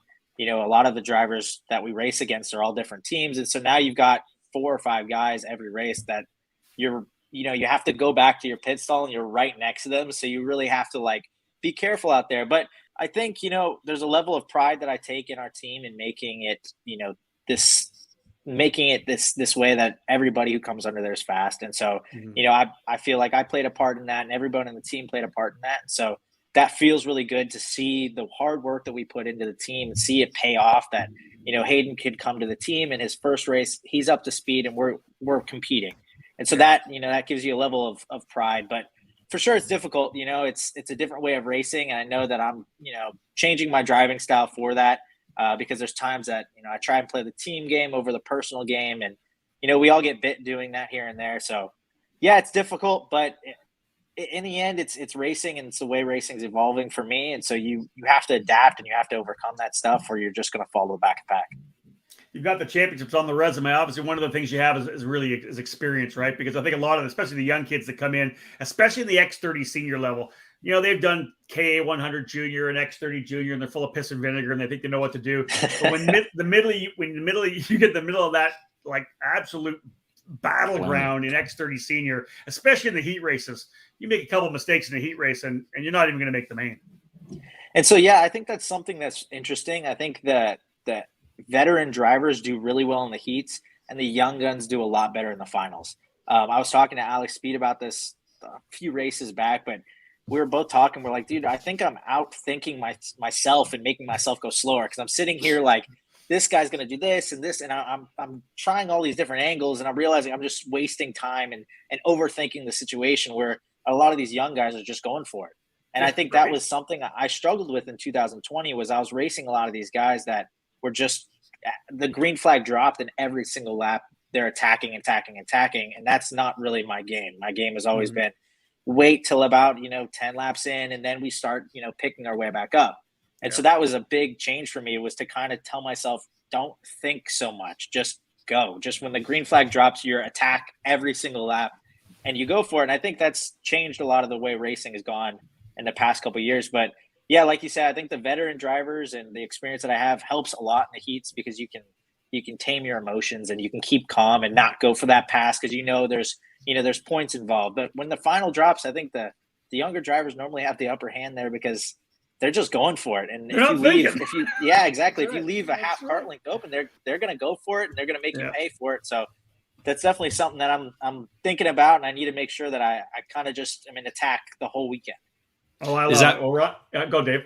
Is something? So your first SuperNats was 2016, and obviously that year was racing for a championship. So you probably were in a different type of mentality there. But is that something that you would tell your 2016 yourself? Is that to not worry about what other people are doing and just kind of focus on yourself? Yeah, I mean, I would. It was a different situation because that was my first ever national championship of any kind. So I really wanted to win that really bad. Okay. Just because I wanted to put myself on the map. So the whole week was kind of survive everything, warm up, qualifying, just survive everything. And so, looking back, I probably would have told myself to go for it a little more, but I won the championship. I did what I had to do. And I'm so happy that it's not a part of the championship anymore, because it does change how you race, and it puts you definitely at a disadvantage if you're racing for a championship. So yeah, I mean, it's been a rough go for me at all the SuperNats, and I have speed. I just can't seem to get it done. So hopefully this year we can make it work. Well, we'll be hoping for you, Ryan. Thanks for joining us, buddy. We appreciate it. We'll see you trackside on Tuesday. Yeah, of course. Ryan Norberg, folks, one of the absolute best, number one driver in the country, David. 4 championships in the Pro Tour. Also, USPKS champion, finished 8th in 2019, 25th in 2018, 5th in 17, and 8th in 2016. So there's been top 10s there, David, but he's just not that win. He's got the podium experience, so that's that again. Yeah. He can check that off. Again, like he said, he raced for a championship that first year, his first ever SuperNationals. So that it's a different mentality. So now that that's gone, like he said, he's changed his mindset now going into the SuperNationals, where it's just about him. And again, he has that experience. So we'll see. Again, is it youth that's going to pay off, or is it going to be experience that pays off? Well, Ryan, I remember Ryan coming in, whatever championship battle who he was fighting, they were literally running 17th and 23rd. They weren't even in the top 10 the first year he won the championship. I think the second year, the same thing when it was still. I think it was Jarzakrak, yeah. Yeah, there you go, Jarzakrak. And they were obviously battling for the championship. So our next guest already has a championship locked. She doesn't have to run for the championship anyway. She's been able to get the Pro Tour Championship in X30 Senior. She won at the Spring Nationals, a winner as well at the USPKS, and part of the Mazda Motorsports Spec MX-5 shootout finalists. Let's welcome in Hannah Greenemeier to join us here on the show as well. Hannah, welcome to the show. Thanks, guys. How's it going? It's going really, really good. We're super excited about getting to the SuperNats, and I know you probably will be as well. Let's take the time on the show here now to congratulate you on that championship. Thank you. I'm not sure what's happened Pro Tour banquet-wise yet with everything that's happened, but you roll in as a champion. Got to feel pretty good. I know. It's a pretty good feeling, not going to lie. So I can't wait to rep that number 1. So, yep. I like it. Has it taken any pressure off getting that first big championship that you wanted to get, or has it put more pressure on you because you just want to achieve more and more now? I would say a little bit of both. Okay. I definitely don't feel that monkey on my back of getting the Pro Tour Championship, just because that's been the one that I've wanted for so long. Right. But also maybe a little bit more just because I don't want to be like a one-off thing. I want to be like Ryan and go for 4 or 5. So that's ultimately the goal, and we'll see how it shakes out. But yeah. David's asking about the number one. Are you allowed to? Are you running the number one plate? We can run We can run our national number, so our single digit on the front fairing, and then we're the 3-digit numbers on the rest of them. So I'll have a number one. Okay. So I like having the number one on the front and not on the back, so it's like a full-on bullseye target. The target, right? Now listen. So you're coming. Well, it's not like I don't have a target on my back already. That's very true. That is 100% true. I think we got a little bit of a lag on with Hannah, so we'll give her some time. Here's a question I have for you. So at Rock Vegas, you ran the shifter, correct? Yep. So why? Why did you run the shifter? Just for something different? So for Rock, I've been in the shifter category for the past couple of years. I'm just not the biggest fan of the GP, and with Bonner Moulton and Mike Beanie being my coaches and them being two of the best shifter kart drivers, I wanted to learn from them. And since I've been 5 years old, that's all I've really wanted to do is like be a shifter kart driver. Nice. So, yeah. And I mean, shifter kart racing is much harder. So it kind of keeps me in shape, to be honest. Let's talk about your past SuperNationals experiences. I think you finished 12th back in 2019. Yep. Obviously, you come in with a much different mindset, right? We talked about it with Pauly Massimino. He was able to get that victory, but it's 2 years later. We've been lucky to watch how much growth you've had over the last 2 years. How much different do you feel going into this one than you felt back in 2019? I feel less pressure. I don't know. I can say that this past week and a half, I've been so excited. I've never been so excited for a race in my life. So, but yeah, I'm just going to go and have fun. It's a one-off race. So, I don't have to I need to be cautious, but I don't have to be my normal super calculated while I'm racing, and try and go for a 6-round thing. Yeah. So very similar to what Ryan said, right? Just be able to go in and kind of just lay it all out there for one race. You're not trying to win a championship. It's all about trying to get P1, which I think is fantastic for you. Now, let's talk about this racetrack as well. Is it a track that you like? I've asked most of the guys about that. Is it a track you feel comfortable on? Yeah. Since it's been the same for 2018 and 2019, I feel pretty comfortable with it. There's not as many passing zones as I would like. But I mean, in a way it's easier. We all don't have to really learn a new track.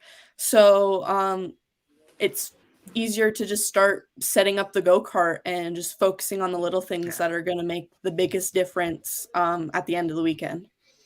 Recently, you were able to take part in the Spec MX-5 Mazda shootout, and you also did Lucas Oil School as well. Kind of talk about those two experiences, because we haven't spoken to you since those two events. Yeah, it was a really awesome experience for both of them. Mazda put on a great shootout, and I will say that I wish that I would have had some car experience going into that shootout. I just didn't feel like I could really show them who I am when it comes to racing. And then the Lucas Oil School was super fun. I've never been a big fan of school, but a racing school is kind of in my realm. Yeah. So, but yeah, it was cool to be coached by Pippa Mann and RC Anderson. So, yeah, and I think part of that's just going to help me do better in a go-kart. So yeah, I love it. So all right, so listen, we wish you the best of luck. We got a couple more people to chat with. Congratulations again on the championship this year. Obviously a huge weekend at Newcastle to get that wrapped up. You won at the USPKS level as well, and man, the resume looks like it could have a little spot there for a number one at the SuperNats. I'm sure that you'd like to put that trophy on the trophy case as well. Yeah, hopefully. It's definitely I'll be clearing off a space for it, and hopefully it comes in this year, but we got some more shots at it too. I love it. Hannah, thank you so much for joining us. We appreciate it. Thank you so much for having me, guys. That's awesome. David, I'll tell you one thing about Hannah, which I love, is the fact that, like back in the days when it was a Danica Patrick or a Juliana Chioviti or a Sabra Cook or an Ashley Rogero, Hannah's that young lady, that driver that the younger drivers, I don't care if it's a boy or a girl, can look up to and say, man, you know what? She faced adversity. She's, like she said, it's not like she's not always been racing with a target on her back, right? She's been in the middle of a lot of battles being a young lady in our sport, but she has kind of approached it and taken it with such grace and such focus too. And to see her win the championship this year, I just think was huge for American karting on the whole. Yeah, it's kind of, we've had Ashley Rogero come through and be that lead female driver, and you know, Hannah's kind of looked up to her. They've obviously have talked to one another in multiple times over the years, and so now Hannah's kind of taken that role, certainly with picking up victories and the Pro Tour Championship this year. So again, that's one thing we've talked about with Mazda and other programs, is there's a lot of female karters coming up through the ranks right now. There's, you know, from cadet to junior and now in the senior ranks as well too. So it's great to see in our sport. No doubt about it. We've got a great lineup. We got one more driver to bring in before we jump into the predictions, then go through that list of drivers and kind of pick out some of the names that we think we're going to see up front.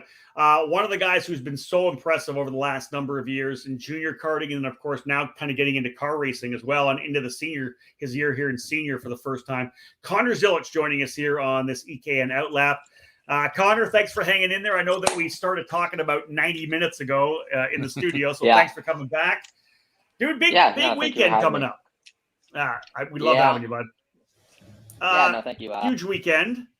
You've had a great season. You've had some big wins. Yeah. When you look at the SuperNationals, your first time running against these guys, what are your thoughts coming into the SuperNats? Like Ryan said, SuperNats is a different animal, so you never really know what you're going to expect coming in. Luckily, I've had pretty good experience. I've raced it 3 different years, 5 different classes, or 5 different races, and I've never finished outside the top 6 with a win and 2 second places. So that's better than a lot of people can say they've done at SuperNats, which is favoring me. But obviously, X30 Senior is going to be way different than anything I've ever done, because I always watch the race. That's the one race you have to watch every year you go race it. So I'm really looking forward to getting out there and actually being in the race with all those guys. Travis Nudo's coming, Norberg's coming. There's a lot of top guys out there that I'm really looking forward to racing. So hopefully I can come in and get a top 5. Hopefully I can win. Obviously, you never really know until the last lap, last corner. I've lost 2 races there in the last corner. So it's difficult to say, but all I can do is hope. You mentioned the consistency of the results you've had, right? Like you said, you've had really good performances. You've always been in the fight for the race win or a podium, whatever it may be. What would you attribute that to? Is there something about your style at the SuperNationals, or is it the fact that it's a one-off race and maybe you had a little bit more, you got a lot of experience, right? Is there a calmness you have coming into a race like this that maybe others don't have? I'm going with luck. Really? I could say it's calmness. I could say it's keeping my composure, but it's Vegas. Isn't that crazy? At the end of the day, it's all luck. Wow, that's nuts. Your first SuperNational running senior, as you had said. I love when people are chatting in on you. You can you'll take care of yourself. Conor, your first year in senior at the SuperNats, though, man, that's like you said. David and I are scrolling through our spreadsheets. It is an absolutely stacked field. I kind of want to get your feeling on. Are you feeling any nerves, or is it like a straight up, hey, I'm just going to roll out there and see where I start? You know what I mean? I'm going in with nothing to lose. If I go out there and win, I'll be happy, obviously. But if I go out there and I finish 5th, then it's whatever. You can't go into SuperNats with high expectations. It's just a race where you don't know what's going to happen, and you just have to take in the experience while you're there. It's definitely one of the most fun races of the year, without a doubt. The atmosphere, obviously this year it's going to be a little different being at the Speedway, but it's still a special race, and that's the most fun part about it. Winning obviously adds on to it, but you kind of just have to take what you can get when you're there. It's funny that you say that, because that's a lot of conversations I've had with guys that like to try to keep – that they don't want to focus too much on the win or whatever it may be, or even what's going to happen in front of them, because all it takes is one wreck in the first heat race, and all of a sudden the rest of your weekend's changed, right? You're really trying to then change your mindset. I think coming in with a completely open slate and saying, I'll just take whatever comes at me, that's probably the best way to approach this kind of a weekend. Yeah, like Ryan said, you have to drive with a completely different driving style. So it's different than any other race, which makes coming into it a different mindset. So, I can go in. I'm obviously going to be as calm and keep myself cool throughout the weekend, but there's only so much that I can do that's in my control. So I'm going to do what I can, but you never know with Vegas. I think that's the best bet, David. With you doing both KA 100 Senior and X30 Senior, do you have any bit of confidence in one or the other, or are they just kind of both, even? I always like winning an X30 more than KA. It's kind of like the premier class. KA has obviously got a few more drivers in it this year, but X30 has always been the class that I enjoy winning the most. So hopefully I'll be able to pull it out in X30. And KA as well. Thanks for mentioning me in yours, David. Rob, hopefully I'll prove you wrong. Obviously I don't want to be the one to finish second again. So yes. Hopefully I'll prove you wrong. That's good. I hope you do too. Go for it, man. Let's give you a chance to talk about your team a little bit, Conor, before we wrap up here and bring our predictions in for X30 Senior. You got a great crew, and I know that it's interesting. Even at your young age, you're not just the one of the drivers there, but they also lean on you to coach some of the younger drivers as well. Let's talk about the team a bit first when we wrap things up.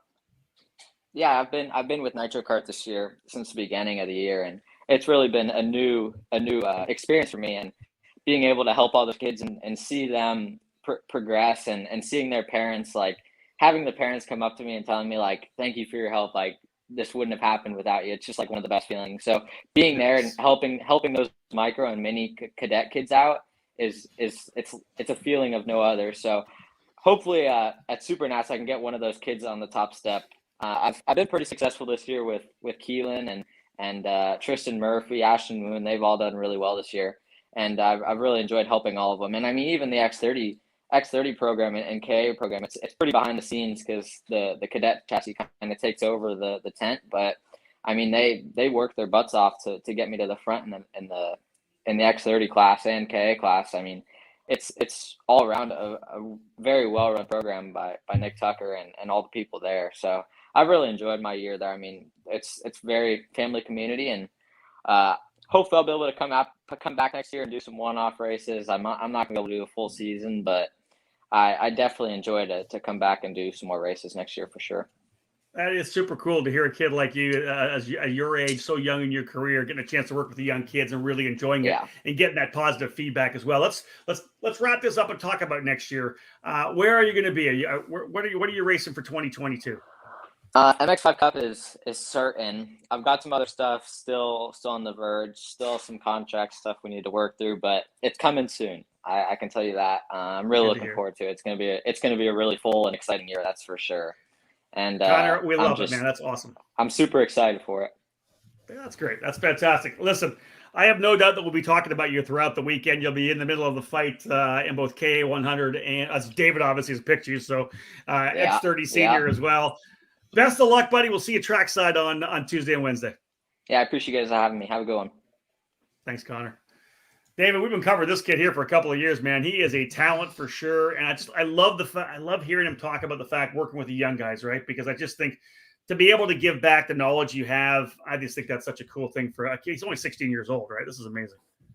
Yeah, that's the interesting part about it, because he's gone from that cadet we saw 4 years ago to now a driver coach. It's a quick turnaround, but he has just that natural ability, understands racecraft, understands setup.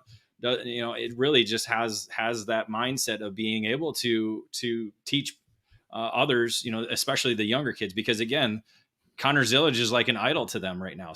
They're going to listen. It's like playing basketball with Michael Jordan or Kobe Bryant or LeBron James right now. Well, we're almost done here, folks. Just pro shifter to come, but we got to make some predictions here for the X30 Senior category. David, what do you got? Well, Connor's not going to really like this because I do have him finishing in the third position. But yeah, I have to go back. You know, we talk about redemption, and with redemption, it comes with Lorenzo Travisanuto having that victory taken away in 2017. And I have him coming back for his first SuperNational since 2018, where he finished. I got to find it here. I finished 6th in 2018. I have him coming back to win it this year. He's done a lot of shifter kart racing this year, done a lot of KZ2, won the KZ2 World Cup. But I think you could jump him right back into the single speed with Parolin USA, backing him up this weekend. He's got a lot of coaching. He's done a lot of coaching with a lot of drivers under the Parolin factory tent.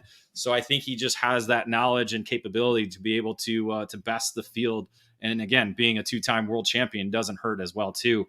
I have Hannah Greenemeier finishing in 2nd, Pro Tour champion. I think she showed it. She's got the confidence right now of just coming in and being able to do it and prove everybody that she is one of the top drivers in the country for sure. And I already mentioned Zillage in the 3rd position. I have another world champion finishing in 4th with Danny Curl. He is I'm going to find out what year it was, 2017 world champion. So another driver who's been successful finished runner-up last year. So finished 11th in the 1 year that he came, and that was when Kart Republic first debuted. And he was racing with Kart Republic the same year he won the world championship. So that kind of talent with him and Lorenzo, I think you just cannot ignore. And then I got Ryan Norberg finishing in 5th. I think this is probably going to be his best SuperNationals overall. I think he's going to be one of the top contenders all week long. And I think he'll be on the podium. Again, anything could happen. He could come out the victory. Zillage could win it. Hannah Greenemeier, Danny, any of them could win. And again, there's a number of different drivers that I could have picked to be in the top 5. Yeah, but, I'm with you. That's who I went with. Yeah. And as mine rolls up here, you and I have similar thoughts, except for I got this one. I'm going Ryan Norberg.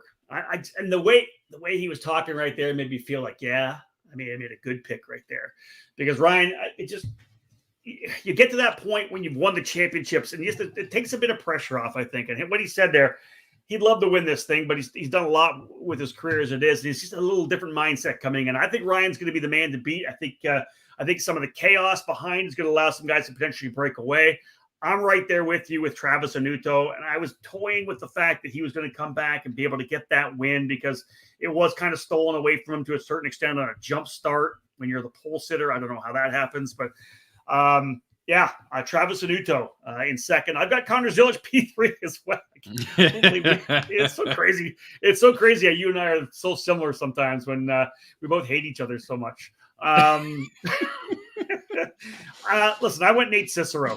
P4. You didn't bring Nate up. I didn't know. Rolison Performance Group. He has been so good this year, so impressive. One Rock Vegas. He has had such great momentum, and I just see him.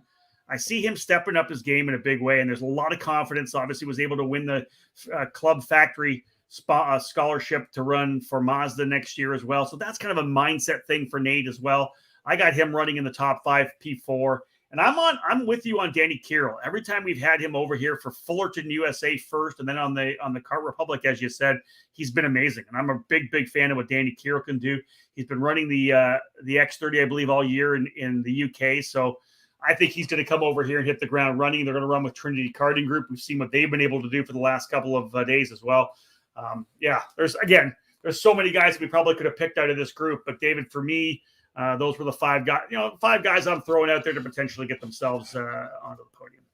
When they talk about making film in the cutting room floor, there's a lot of drivers on the cutting room floor that we could have easily put one in here, put one here, put one there, and it's just like throw these out. Like throw the fact that both the Lupian brothers are back.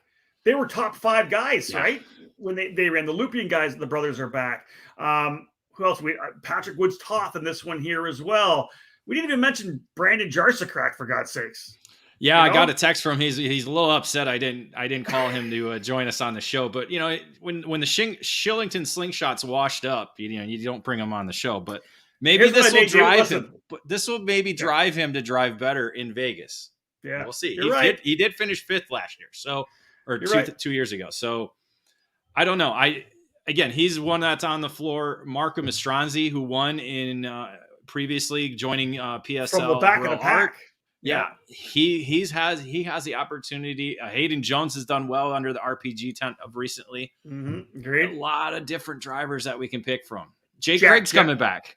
Jack Jeffers, Jake Craig, Jack Jeffers for sure. Well, yeah, you mentioned Nate Cicero. Jack Jeffers was a driver that got passed at Rock Vegas by Nate Cicero. So he could be one of the wild cards.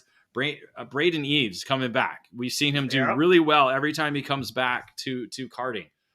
We didn't even mention last year's winner, Zachary Clayman DeMello. I know. So, he's always been a wild card. He's got 2 podiums in the last 3 times he's been at the SuperNationals.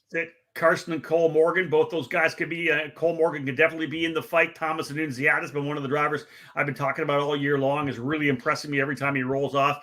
How about a couple of Californians like Jake Drew or Colby Debato? Like Jake Drew could step up. He's been running stock cars all year, but anytime he gets in a kart, he's going to be good, right? Yeah. Basically what it boils down to is our preview for X30 Senior is going to be published on Saturday. I want everybody to go on there and figure out their top 5. And if it's completely different from ours, then good on you, because I don't know how you can do that with the drivers that we have. Here's the challenge. When we post that thing up on Facebook, in the commentary, give us your top 5. Right? Exactly. Yeah. We'll print out our full predictions on Monday prior to us getting to the SuperNationals. So hopefully, even on the previews though that we publish, that we've already published and will be publishing, go ahead, throw your top 5s up there. Yeah, we'd love to hear it. All right, let's wrap things up here, folks. One more category to talk about. It's Pro Shifter, presented by PSL Karting. 51 entries. Again, remember the Pro Shifter's been different things, right? In the early days, it was like a 125 Pro, and then it turned into Formula S1. And then the S1 became Super Pro for about 8 or 9 years, 2001 to 2009. And then we had the KZ and the S1 Pro Shifter class, kind of, blending from 2010 to 2019. It is Pro Shifter this year. And David, obviously the top 3 guys in the Pro Tour points are the first guys you have to talk about. AJ Myers winning another championship, Jake French, perennial front runner, and Billy Musgrave, 4-time champion at the SuperNationals. Yeah, that's the really three of the headline drivers that we're going to be watching throughout the week. Myers has been really dominant throughout the season. Only had that one race where he faltered and wasn't able to complete it. But Jake French has been right there on his bumper, and then Billy Musgrave has been there, but just not. There's almost like that little bit that he was missing all season long. But anytime you get to the SuperNationals, he's been able to do it. So he finds it. So that's a story in itself alone.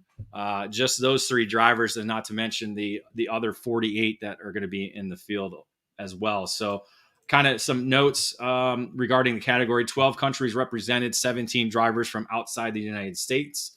6 former SuperNational winners are in the field. 5 drivers who are Pro Tour champions are in the field as well. And we mentioned AJ Myers and Jake French. Those are 2 of them alone. And we'll be talking to another one here in a little bit.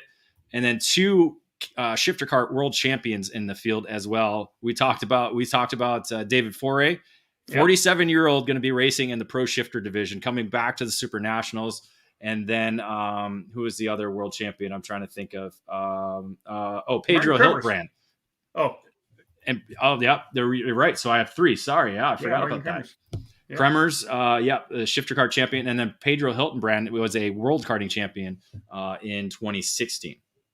Yeah, and 1 future IndyCar driver as well, right? Yes. Sorry, I was on the wrong class. That's why I had that wrong. So yeah, you're right. It was Kremers and Foray were the world champions. One IndyCar driver coming from, he's technically, I guess he is Canadian, right? But I think he's been living in the United States for a long time. He lives in Miami. So I think he's kind of dual citizen anyway. But we'll give him to you because you guys need some more IndyCar drivers from Canada. All right, we'll take it. Devlin DiFrancesco. Yep. So that'll be good. Teaming up with Leading Edge Motorsports on the Formula K. So that'll be cool to see. He'll be working with our upcoming guest. You know, one driver he told me he was coming, but I don't see him. Stingray Rob told me he was going to race. I don't see him on the list there. Yeah, He not told on me the he was entry running. list. So maybe to find something out about popped that. up with that. Well, so listen, let's bring in the guy that's going to be our guest here for the Pro Shifter category. 3-time SuperNationals winner, 2016 Pro Tour champions, 5 podiums, folks, over the last 6 SuperNationals. Let's say hello to Danny Formal. Danny, thank you so much, bud, for coming back. It's been almost 2 hours since we last chatted, so I hope you had something to eat. Great to have you with us, Danny. Man, congratulations on another great year. Rock Vegas win, and we'll see what happens this year. Hey, guys. Hey, Dave. Hey, Rob. Yeah, man, super excited to be here. Super excited for Vegas week. It's the most exciting time of the year for me. November is just the best month ever. This is a little later than normal. Yeah. Normally, I'm already eating all the food that I want to eat, all the pizzas, all the burgers. I was going to get to that. As you can see my face, I look like I haven't eaten food in 2 weeks. Trying to make the weight. SKUSA helped me out with 5 pounds. So the weight's 390 now, so that helps a little bit, right? Maybe in and out on Saturday night. So is that an invitation for Josh Lane to send you food pics all week long? No, exactly. Me and Josh, back in the day with DRT, always trying to make weight, Honda days, and yeah, it's a difficult situation for me for sure. Yeah, that is so funny. And for those of you who don't know, obviously Daniel's won a lot of races, of course, at the SuperNats event, and has always been up front. But he's a bigger guy, and so to try to get down to weight, he's got to slim down hard. And then he hits the food, hits the buffet line on Sunday night for sure. Daniel, let's go back and talk a little bit about obviously the wins you've had here at the SuperNationals, some of your biggest and best. Describe what it's like to win here, because you've shown the emotion, right? I don't think some of the people understand how big it is and how important it is for some guys to win here at the SuperNationals. No, Rob, you just said it. Like I said, 2011, my first SuperNats, finished second in Tag Senior. And I saw the emotions of people winning. I was a kid. I was 14 years old when I did my first SuperNats in Tag Senior. And it was, I watched, I used to see you guys' magazine and look at people winning. And my dad never took me to the race. Back then, my dad was paying for all my racing, no pro racing, just, paying for everything. And I told my dad in 2010, I remember December, my birthday's in December, I got a magazine and I saw the winners from SuperNats. I'm like, Dad, why have we never done this? He's like, oh, it's expensive. It's across the country, but let's do it next year. And Marco DeLeo gave me the chance, helped us out with some things. And, we got second. And from that moment on, 2011 to 2021, this will be 10th year for me doing SuperNats. It's just something that you can't describe. The win when I won in 2015 was probably one of the best weekends of my life. I won every single on-track session. When I crossed the line on Sunday, that checker flag, it felt like I've won a lot of things, guys, and this win is just something out of this planet. It's seriously just the emotions, how hard the teams work, how hard everything has to be perfect. The luck, the motor, the chassis, the tire pressure, getting everything right. It's just so much pressure going on to that final, those last 25 laps. Make sure you got the jetting right. Make sure you got everything right. Get 100%, because you're 98%, you're not going to win. And yeah, it's just incredible. And seriously, to win the SuperNats is just something out of this planet. It obviously takes something special, and not just with the driver, but with all the equipment, like you said. Everything has to be actually bang on, and you have that connection with your team owner, your mechanic, whatever it may be. You and Greg Bell have had a fantastic relationship with Leading Edge Motorsports. You're on the Formula K chassis. Can you talk a little bit about the relationship that you two guys have and how you've been able to morph that into the fact that you guys, you're like the big event team, right? You guys, and it's a major event. You guys step up to the plate and you're able to get those wins, man. It separates you guys, I think, from some of the other drivers on the grid. To be honest, this year has been different for me, Rob. Around March of this year, I decided to move back to Costa Rica from working in the United States full time in 2020. And I started racing a lot of cars. So Greg called me. He's like, "Hey, do you want to get the band back together?" And I was, "Of course, man." We went to NOLA. We had good pace. our whole package wasn't there, to be honest with you. Chassis wasn't 100%, engine wasn't 100%. We could manage 2 top 3s. I think I was in second actually on Saturday, and my shift lever broke. But yeah, nothing to keep up with AJ. He was in another planet. And that was my last race with Greg. Then he told me, "Hey, Danny, do you want to do Newcastle for the Summer Nats?" And to be honest, 3 things happened. I couldn't lose enough weight. I was about 22 pounds overweight, which definitely doesn't help in a racetrack like Newcastle, especially racing the Super Mile. That corner, that big ball corner, you're loading 4th gear in the KZ up a hill. I felt it a lot. The motor package that we had was not Greg's power. It wasn't mega power, and we just couldn't figure out the jetting, and we were down on horsepower pretty much all weekend. And 3, I got my COVID shot on Wednesday of that week because I was traveling to Italy week after, and I got terrible side effects. So I was out for like 36 hours. That I had the chills. My right arm was falling asleep. So it was just a bad weekend. One of those. Nothing was working, right? Yeah. No, everything was it was negative. So, and that was my last race with Greg. And then, Greg and I talked back and forth. I started, I was like, "Greg, next time I race, I'm going to make weight. I will promise you to my life, if I go race, is to make weight." And we decided to do 2 classes in Rock the Rio. And, Rock Vegas. Yep. Yeah. And we decided to do VLR. So I raced VLR here in Costa Rica, and the weight is 355. So, I told him, "Listen, I can get skinny, but you need to help me out getting some titanium stuff, a small tank. We're going to rip the stickers off this freaking go-kart. We're going to make it as light as possible." And he did. He invested in the titanium parts, and I made the weight. I made 353 on the VLR. Wow. And I actually had put weight for the rock shifter. And the weekend the weekend just started incredible. In rock shifter, we're extremely dominant. We got the pole position in VLR, got second in rock. And it's just, I don't know, Greg and I come Vegas, he's another level. Like, I call him every day at 11 o'clock at night. He's working. He's at the shop. He's busting his butt. He's a one-man show. He does this because he loves it. He pushes like people at, he's crazy. He loves it. He's 60 odd years old. I don't know if he's 60, 50. I don't know. He looks 60. Just tell him he looks 60. I don't think he looks 60. Maybe mid-50s. I think he and I are the same age, actually. I'm just kidding. But you know what I mean? He works so hard. He's working at the shop. Just talked to my mechanic. They're finishing out the go-karts. We have 18 drivers for this weekend, next weekend. So, it's just a relationship that we bonded. At the end of the day, it's not really more of a racing relationship. It's more family come now.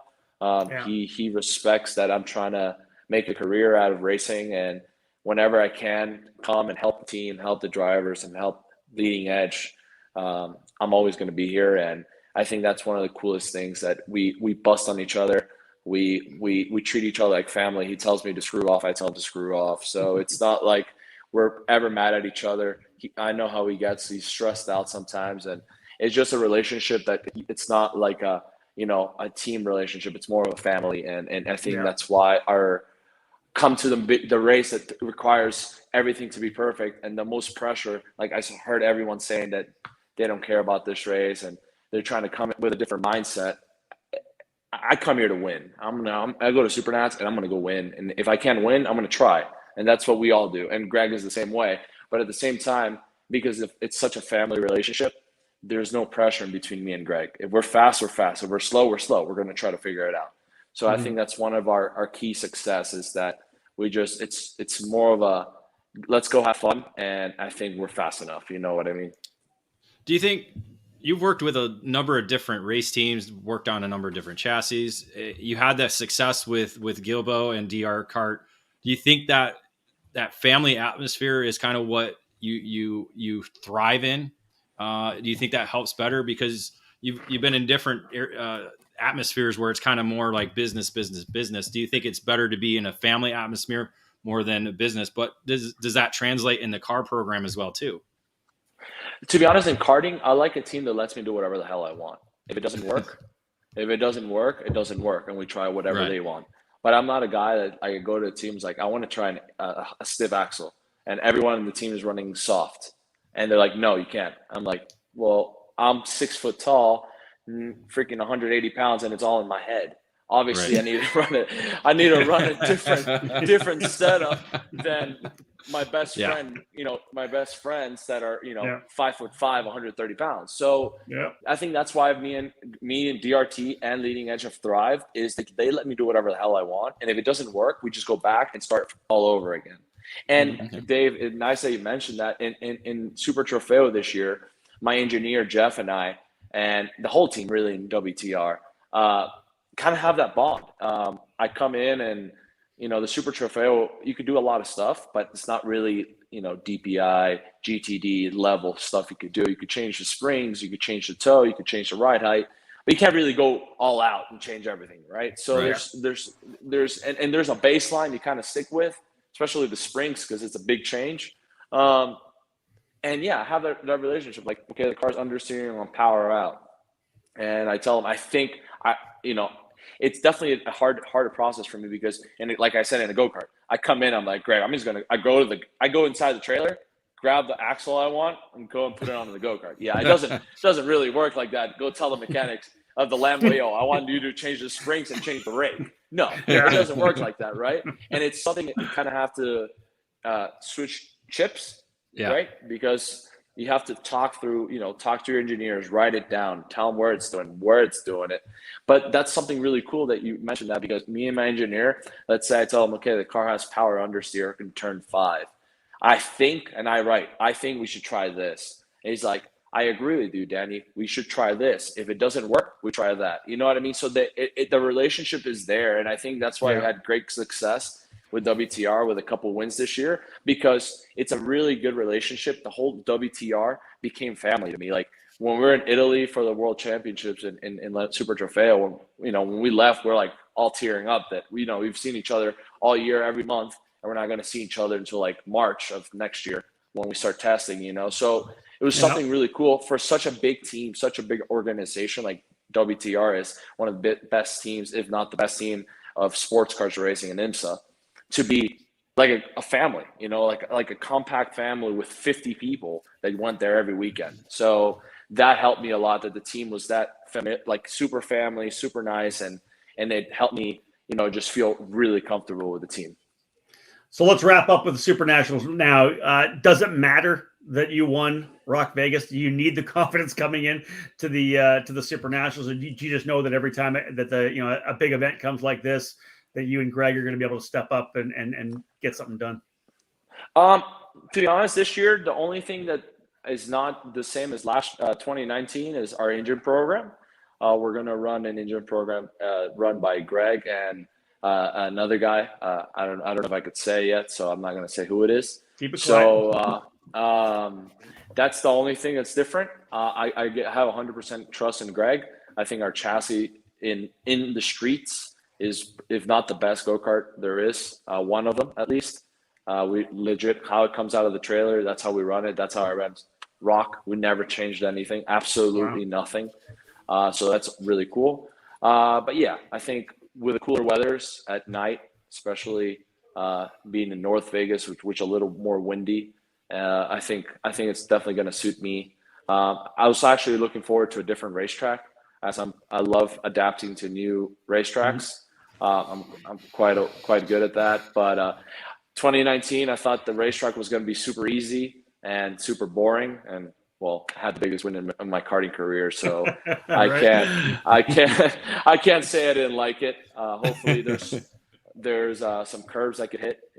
Through the chicane, they put some big old curves and I just fly over them. But yeah, apart from that, I think the racing is going to be amazing. Me and Kremers have been going at it on social media, just busting each other super hard. It's been super funny, and that's good. I like that.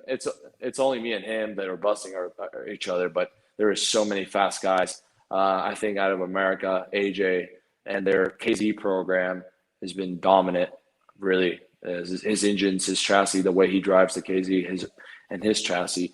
I think he's going to be tough to beat. But again, this is more of my playground. You know, I hope it's extremely bumpy. Hope it's extremely rough. I hope everyone hurts their ribs, because that's where that's exactly where I thrive and just love the bumpiness, and the most sketchy, the better. There you go. Well, Danny Formel, thank you very much. We appreciate you hanging around, waiting to the end of this show. We wanted to chat with you. You're the man when it comes to Las Vegas. Good luck. We'll see you there next week. Thanks, Rob. Thanks, David. I'll see you guys Tuesday. Yep. Danny Formel, 3-time winner of the SuperNationals. He and Greg Bell from Leading Edge Motorsports. You put that mega power together with the Formula K, and that guy just gets the job done. There's no doubt about it, David. When the chips are down, we see he talks about how big he is, right? He's a big guy, all upper body weight. Doesn't work as well in the go-kart. He's not that stereotypical 5'5", 140-pound guy that karts are built for. He's not a Kremers. Kremers is built. He's built for karting, where Formal is built for football or basketball. That's right. That, you know, he mentions the rough tracks. You know, we've seen him jump curbs everywhere across the country and around the world, even at Rotax Grand Finals and everywhere else. I remember that tag senior year in 2011. And again, he had that massive lean. You remember that? He would just lean the cart in all the different corners. And it was just, I think he started outside the top 10. And I want to say he just kept getting position after position and got himself up to second. It was a great drive. And ever since then, he's had my respect for sure. And David, it's that he'll dive into a corner shouldn't be able to get the car to rotate. Just and he does. The body, and it just rotates around. It's amazing. Yeah. It's amazing work. Always, again, one of the great characters, one of the great drivers in North American karting right now, Danny Formel. All right, let's get to it, David. We'll be able to go through the list a little bit of the drivers that we have to look at. I've got my sheet open here. Let's start with let's go your predictions. Then we'll kind of look at the rest of the guys that we think could be in there. Here's the predictions for D. Cole. Here it is. There's a notable name missing. I'll get into that a little bit. But I do have some. Danny mentioned it before. AJ has been very dominant throughout the season. And I think this is just where everything comes together. You know, he's got 5 Pro Tour wins on the season.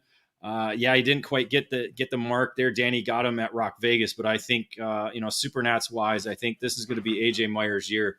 And again, I look back to when he jumped on the scene back in 2014 and then he drove to 5th in KZ. So he knows the KZ program, loves the KZ program, and it's been showing all season long. So I have AJ Myers scoring the victory. I have Jake French, the Susan Lucci of Pro Shifter right now. I mean, he's been finishing second all season long.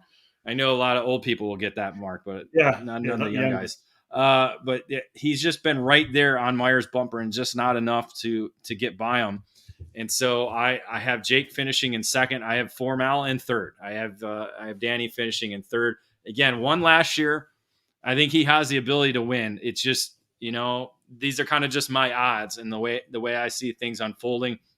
And again, I think he's going to be there all weekend long. I think it's really going to be these 3 drivers that are going to be up front all weekend. I have Brent Cruz, the young gun, finishing in 4th. I think he proved it at the Pro Tour Summer Nationals that he can run with these guys. He can be right there. I didn't pick him in KA. I just don't think I think all of the focus is going to be on Pro Shifter, and I think he's going to prevail and be able to put 2 Leading Edge Motorsports Formula Ks on the podium come Super Sunday. And then also to the podium, we got to have a Track Magic back. Kyle Wick is going to be aboard the Track Magic colors. Everybody came in 2019. It was a big show to get the Track Magic name back on the KZ podium. And I think Kyle Wick's going to do that in 2021. Wick he's grown as a shifter kart driver, gotten better and better, even though he's won the Pro Tour Championship back in 2018. I think or 2019, I believe it was. He's gotten better and better.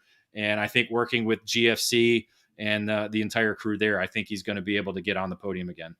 There you go. All right. I hear where you're coming from. Let's bring mine up. Let's have a look what I got here for my thoughts. I'm going Danny Formal. And for me, I think they got AJ Myers in second, right? You and I are very much the same with the top 3 drivers that we've seen out of those guys. The way Danny works when he gets to these races, these big major races, when he can get the thing to get working, when he and Greg Bell are lined up and they make things happen. He's a big event driver. That's the best way I could put it. When the chips are down, Formal's going to step up. Just like a quarterback that can go and get the job done at the Super Bowl all the time. He's the guy that's not going to drop the ball. So you're saying he's Tom Brady. He's the Costa Rican Tom Brady. He's the Costa Rican Tom Brady. I like that. Well, I'll go with that. You know, that's probably going to make its way to the broadcast too. Then I have a feeling. So yeah, I'm going with Formal to win.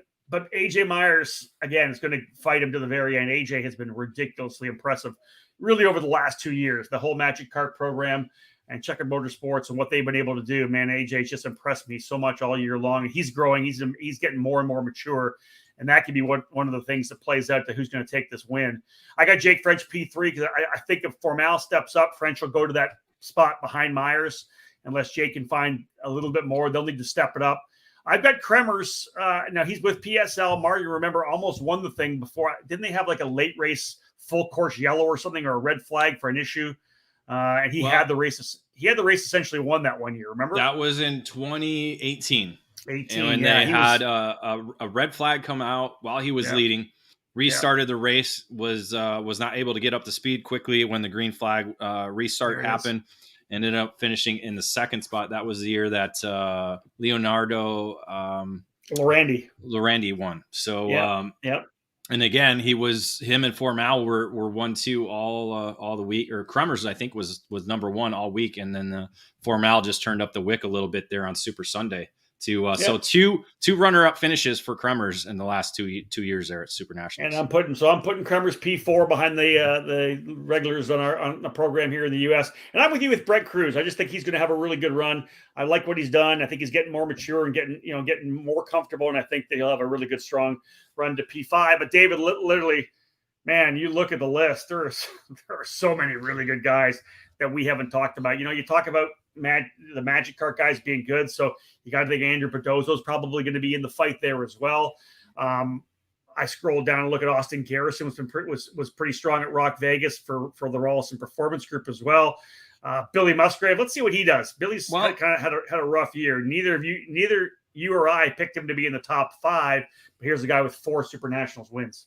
Yeah, but we're in a different formula, really, to be honest, because again, everybody was on the same engine in Pro Shifter back in 2019 when he was able to pick up that 4th victory, and then again in the previous years that he won as well. This year, and again, that's something we don't know in our entry list. We don't know who's going to be on what engines.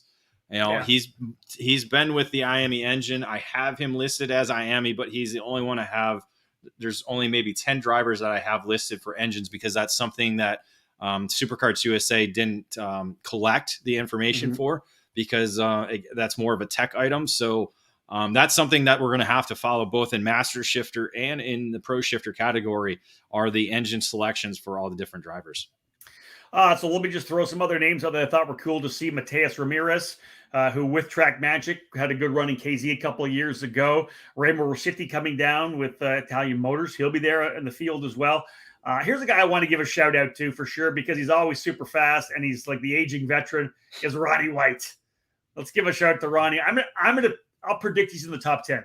Well, if you look at my spreadsheet, I had to go really, really, really to the right because it was back in 2003 when he last won at the SuperNationals. So that's a long. That was before my time. Bobby Wilson that race. That was at the Rio, the last. The second ever at the Rio because 2002 and 2003 were the first 2 years. So, but yeah, I mean, he has the ability to run top 10. I think he ran at Rock Vegas, was in the top 10 or near the top 10. So he could be there. Some other international drivers, where'd it go? Maximilian Paul. Oh yeah. With the DR kart, he's always been quick. Was third the last 2 years in the KZ category. Agreed. So he's going to be carrying the DR kart banner with DRT Racing and Don Gilbo. I like seeing Jack Crawford on the list as well for Nash Motorsports. Here's a guy who almost won X30 Senior a couple of years ago, but got kind of checked up. I think it was 2 years ago, right? 19 when he got checked up. Was that? Remember he was in the battle there. At the he was still in junior. Was that He junior? was still in junior. Yeah. I guess it would have been in junior. Are you sure? That's what I have listed. I'd have to go back and look. Yeah, maybe you're right. All I remember is him getting shuffled around at the very. I thought it was his senior. We're gonna have to go back and look at this, David. Yeah. I can. Yeah. Keep talking. Keep talking about other names, and I'll look. I'll go to, well, anyways, Jack. Let's talk about Jack a little bit. Had a really, really strong year this year, running over in Euro Formula Open, and did some races in the FIA Formula F3 series. And I really have a thought that he's potentially on the fast track to try to get his way to F1. So we'll see what happens with the Red Bull sponsorship. But good to see Jack back here. Of course, the Texan coming back to do some karting. I love seeing him on that grid. We talked about Foray already. Who else? Oh, Jacob Gulick was a driver that we saw do pretty well in the Pro Tour. Yeah, had a couple of really good runs. So Gulick, I think, could step up a little bit in the GFC. And again, you know what? I know I've been kind of going back and forth a little bit with Gary Carlton. We're going to be doing a Book It podcast about Gary, one of the absolute legends in American karting. We're going to do that hopefully before Christmas. And I know he's been hard at work, David, getting things done for the GFC team there. Yeah, you're right. To confirm, it was third place in 2019 X30 Senior for Jack Crawford. Senior. So he won in 2017 and finished second in 2018. So 3 straight podiums for Jack Crawford at the SuperNationals. And I have a sneaky feeling it might have been Danny Curl who gave him a bump and run in the final hairpin coming onto the front straightaway. I think He did finish second. He did. There you go. That's what I think it was. I'm pretty sure, as I recall. But again, Jack did a great job there. So we'll see what he could be. He could be a dark horse. He hasn't been in a kart, obviously. Yeah, he did rock Vegas. Didn't really. I don't think he broke into the top 10 at all during the week. But it could have been just kind of like a warm up for SuperNationals. Right? We're not sure, but you're right. He hasn't been in the kart as often as a lot of car racing. Yeah. A lot of car racing for sure. Yeah. So David, that wraps it up, baby. That's it. We're done. That is it. So, we are finished for this edition, the second run of our OutLap preview podcast. We see Mike Smith been doing a lot of commenting here. We're going to have him in the booth with us at the Cooper Tire Broadcast Center in Vegas. Looking forward to that. Shout out again to Trinity Karting Group and Sean Bailiff and the whole crew for presenting this edition of the OutLap. And a couple people have asked about that guy right there. 1995 IKF Duffy for Mr. Danny Hodap. Screaming Eagle as well. From Pat's Acres. So that's the Duffy I got hanging out behind me here right now. But David, man, listen, it's more previews to come. Talk about that a little bit. So those of you who know what's coming on the website, we got what, 3 more days of previews, right? 4, technically 4. So you don't even know. You're like, what? 4. So, well, I had to figure it out. So tomorrow is Thursday, Thanksgiving, here in the U.S. And we have the Master Shifter and X30 Master are going to be published tomorrow during the day. We'll have the KA100 Senior preview on Friday. We'll have X30 Senior on Saturday, and then our Pro Shifter category on Sunday. I'm working on a morning coffee to run on a column to run on Monday while I travel. David will be packing things up to get ready to travel on Tuesday as well. We got SuperNats coming, and Dave, great idea. This was his idea to do this preview podcast live. I like this. We'll do more of these. I like the interview process and the format. We'll do more of this in 2022, I think, right? Yeah, they won't be 2 hours long. They'll be probably a little bit quicker, maybe 30 minutes to 45 minutes. And, we'll hopefully start that up right away when we get into the 2022 season. We'll obviously beginning with the Superkarts USA Winter Series and then the other events that will be challenging in Americas and then again, all the others that we'll be doing with the ECAN Trackside Live program. Well, folks, thank you so much for joining us here. And again, this will become a podcast. Those of you watching right now will turn it into a podcast. It'll probably play on the ECAN Radio Network soon as well. I know David. Tomorrow. David gets hopefully that thing if done. I get the edit. Sometime tomorrow it will start playing. Then we can play it for a couple of days on the ECAN Radio Network. Otherwise, it is SuperNats time. It's time for me. I'm on the West Coast. I haven't eaten yet. It's dinner time for me. David's probably ready to go to bed pretty soon. Folks, thank you so much again. We appreciate it. Big shout out to Trinity Karting Group and those who are stepping up to sponsor and support our EKN broadcast of the SuperNationals, including the Alan Rudolph Racing Academy, Acceleration Kart Racing, and a number of other groups that are joining on board with us as well. Big thank you to Kartlift as well. They just signed up today. If you want to sign up to be part of that, feel free to send me a DM or email me, and we'd be happy to talk to you about opportunities to be part of the EKN partnership team for this year's broadcast. Looking forward to it for sure. On behalf of David Cole, other way. Rob Howden. Book it.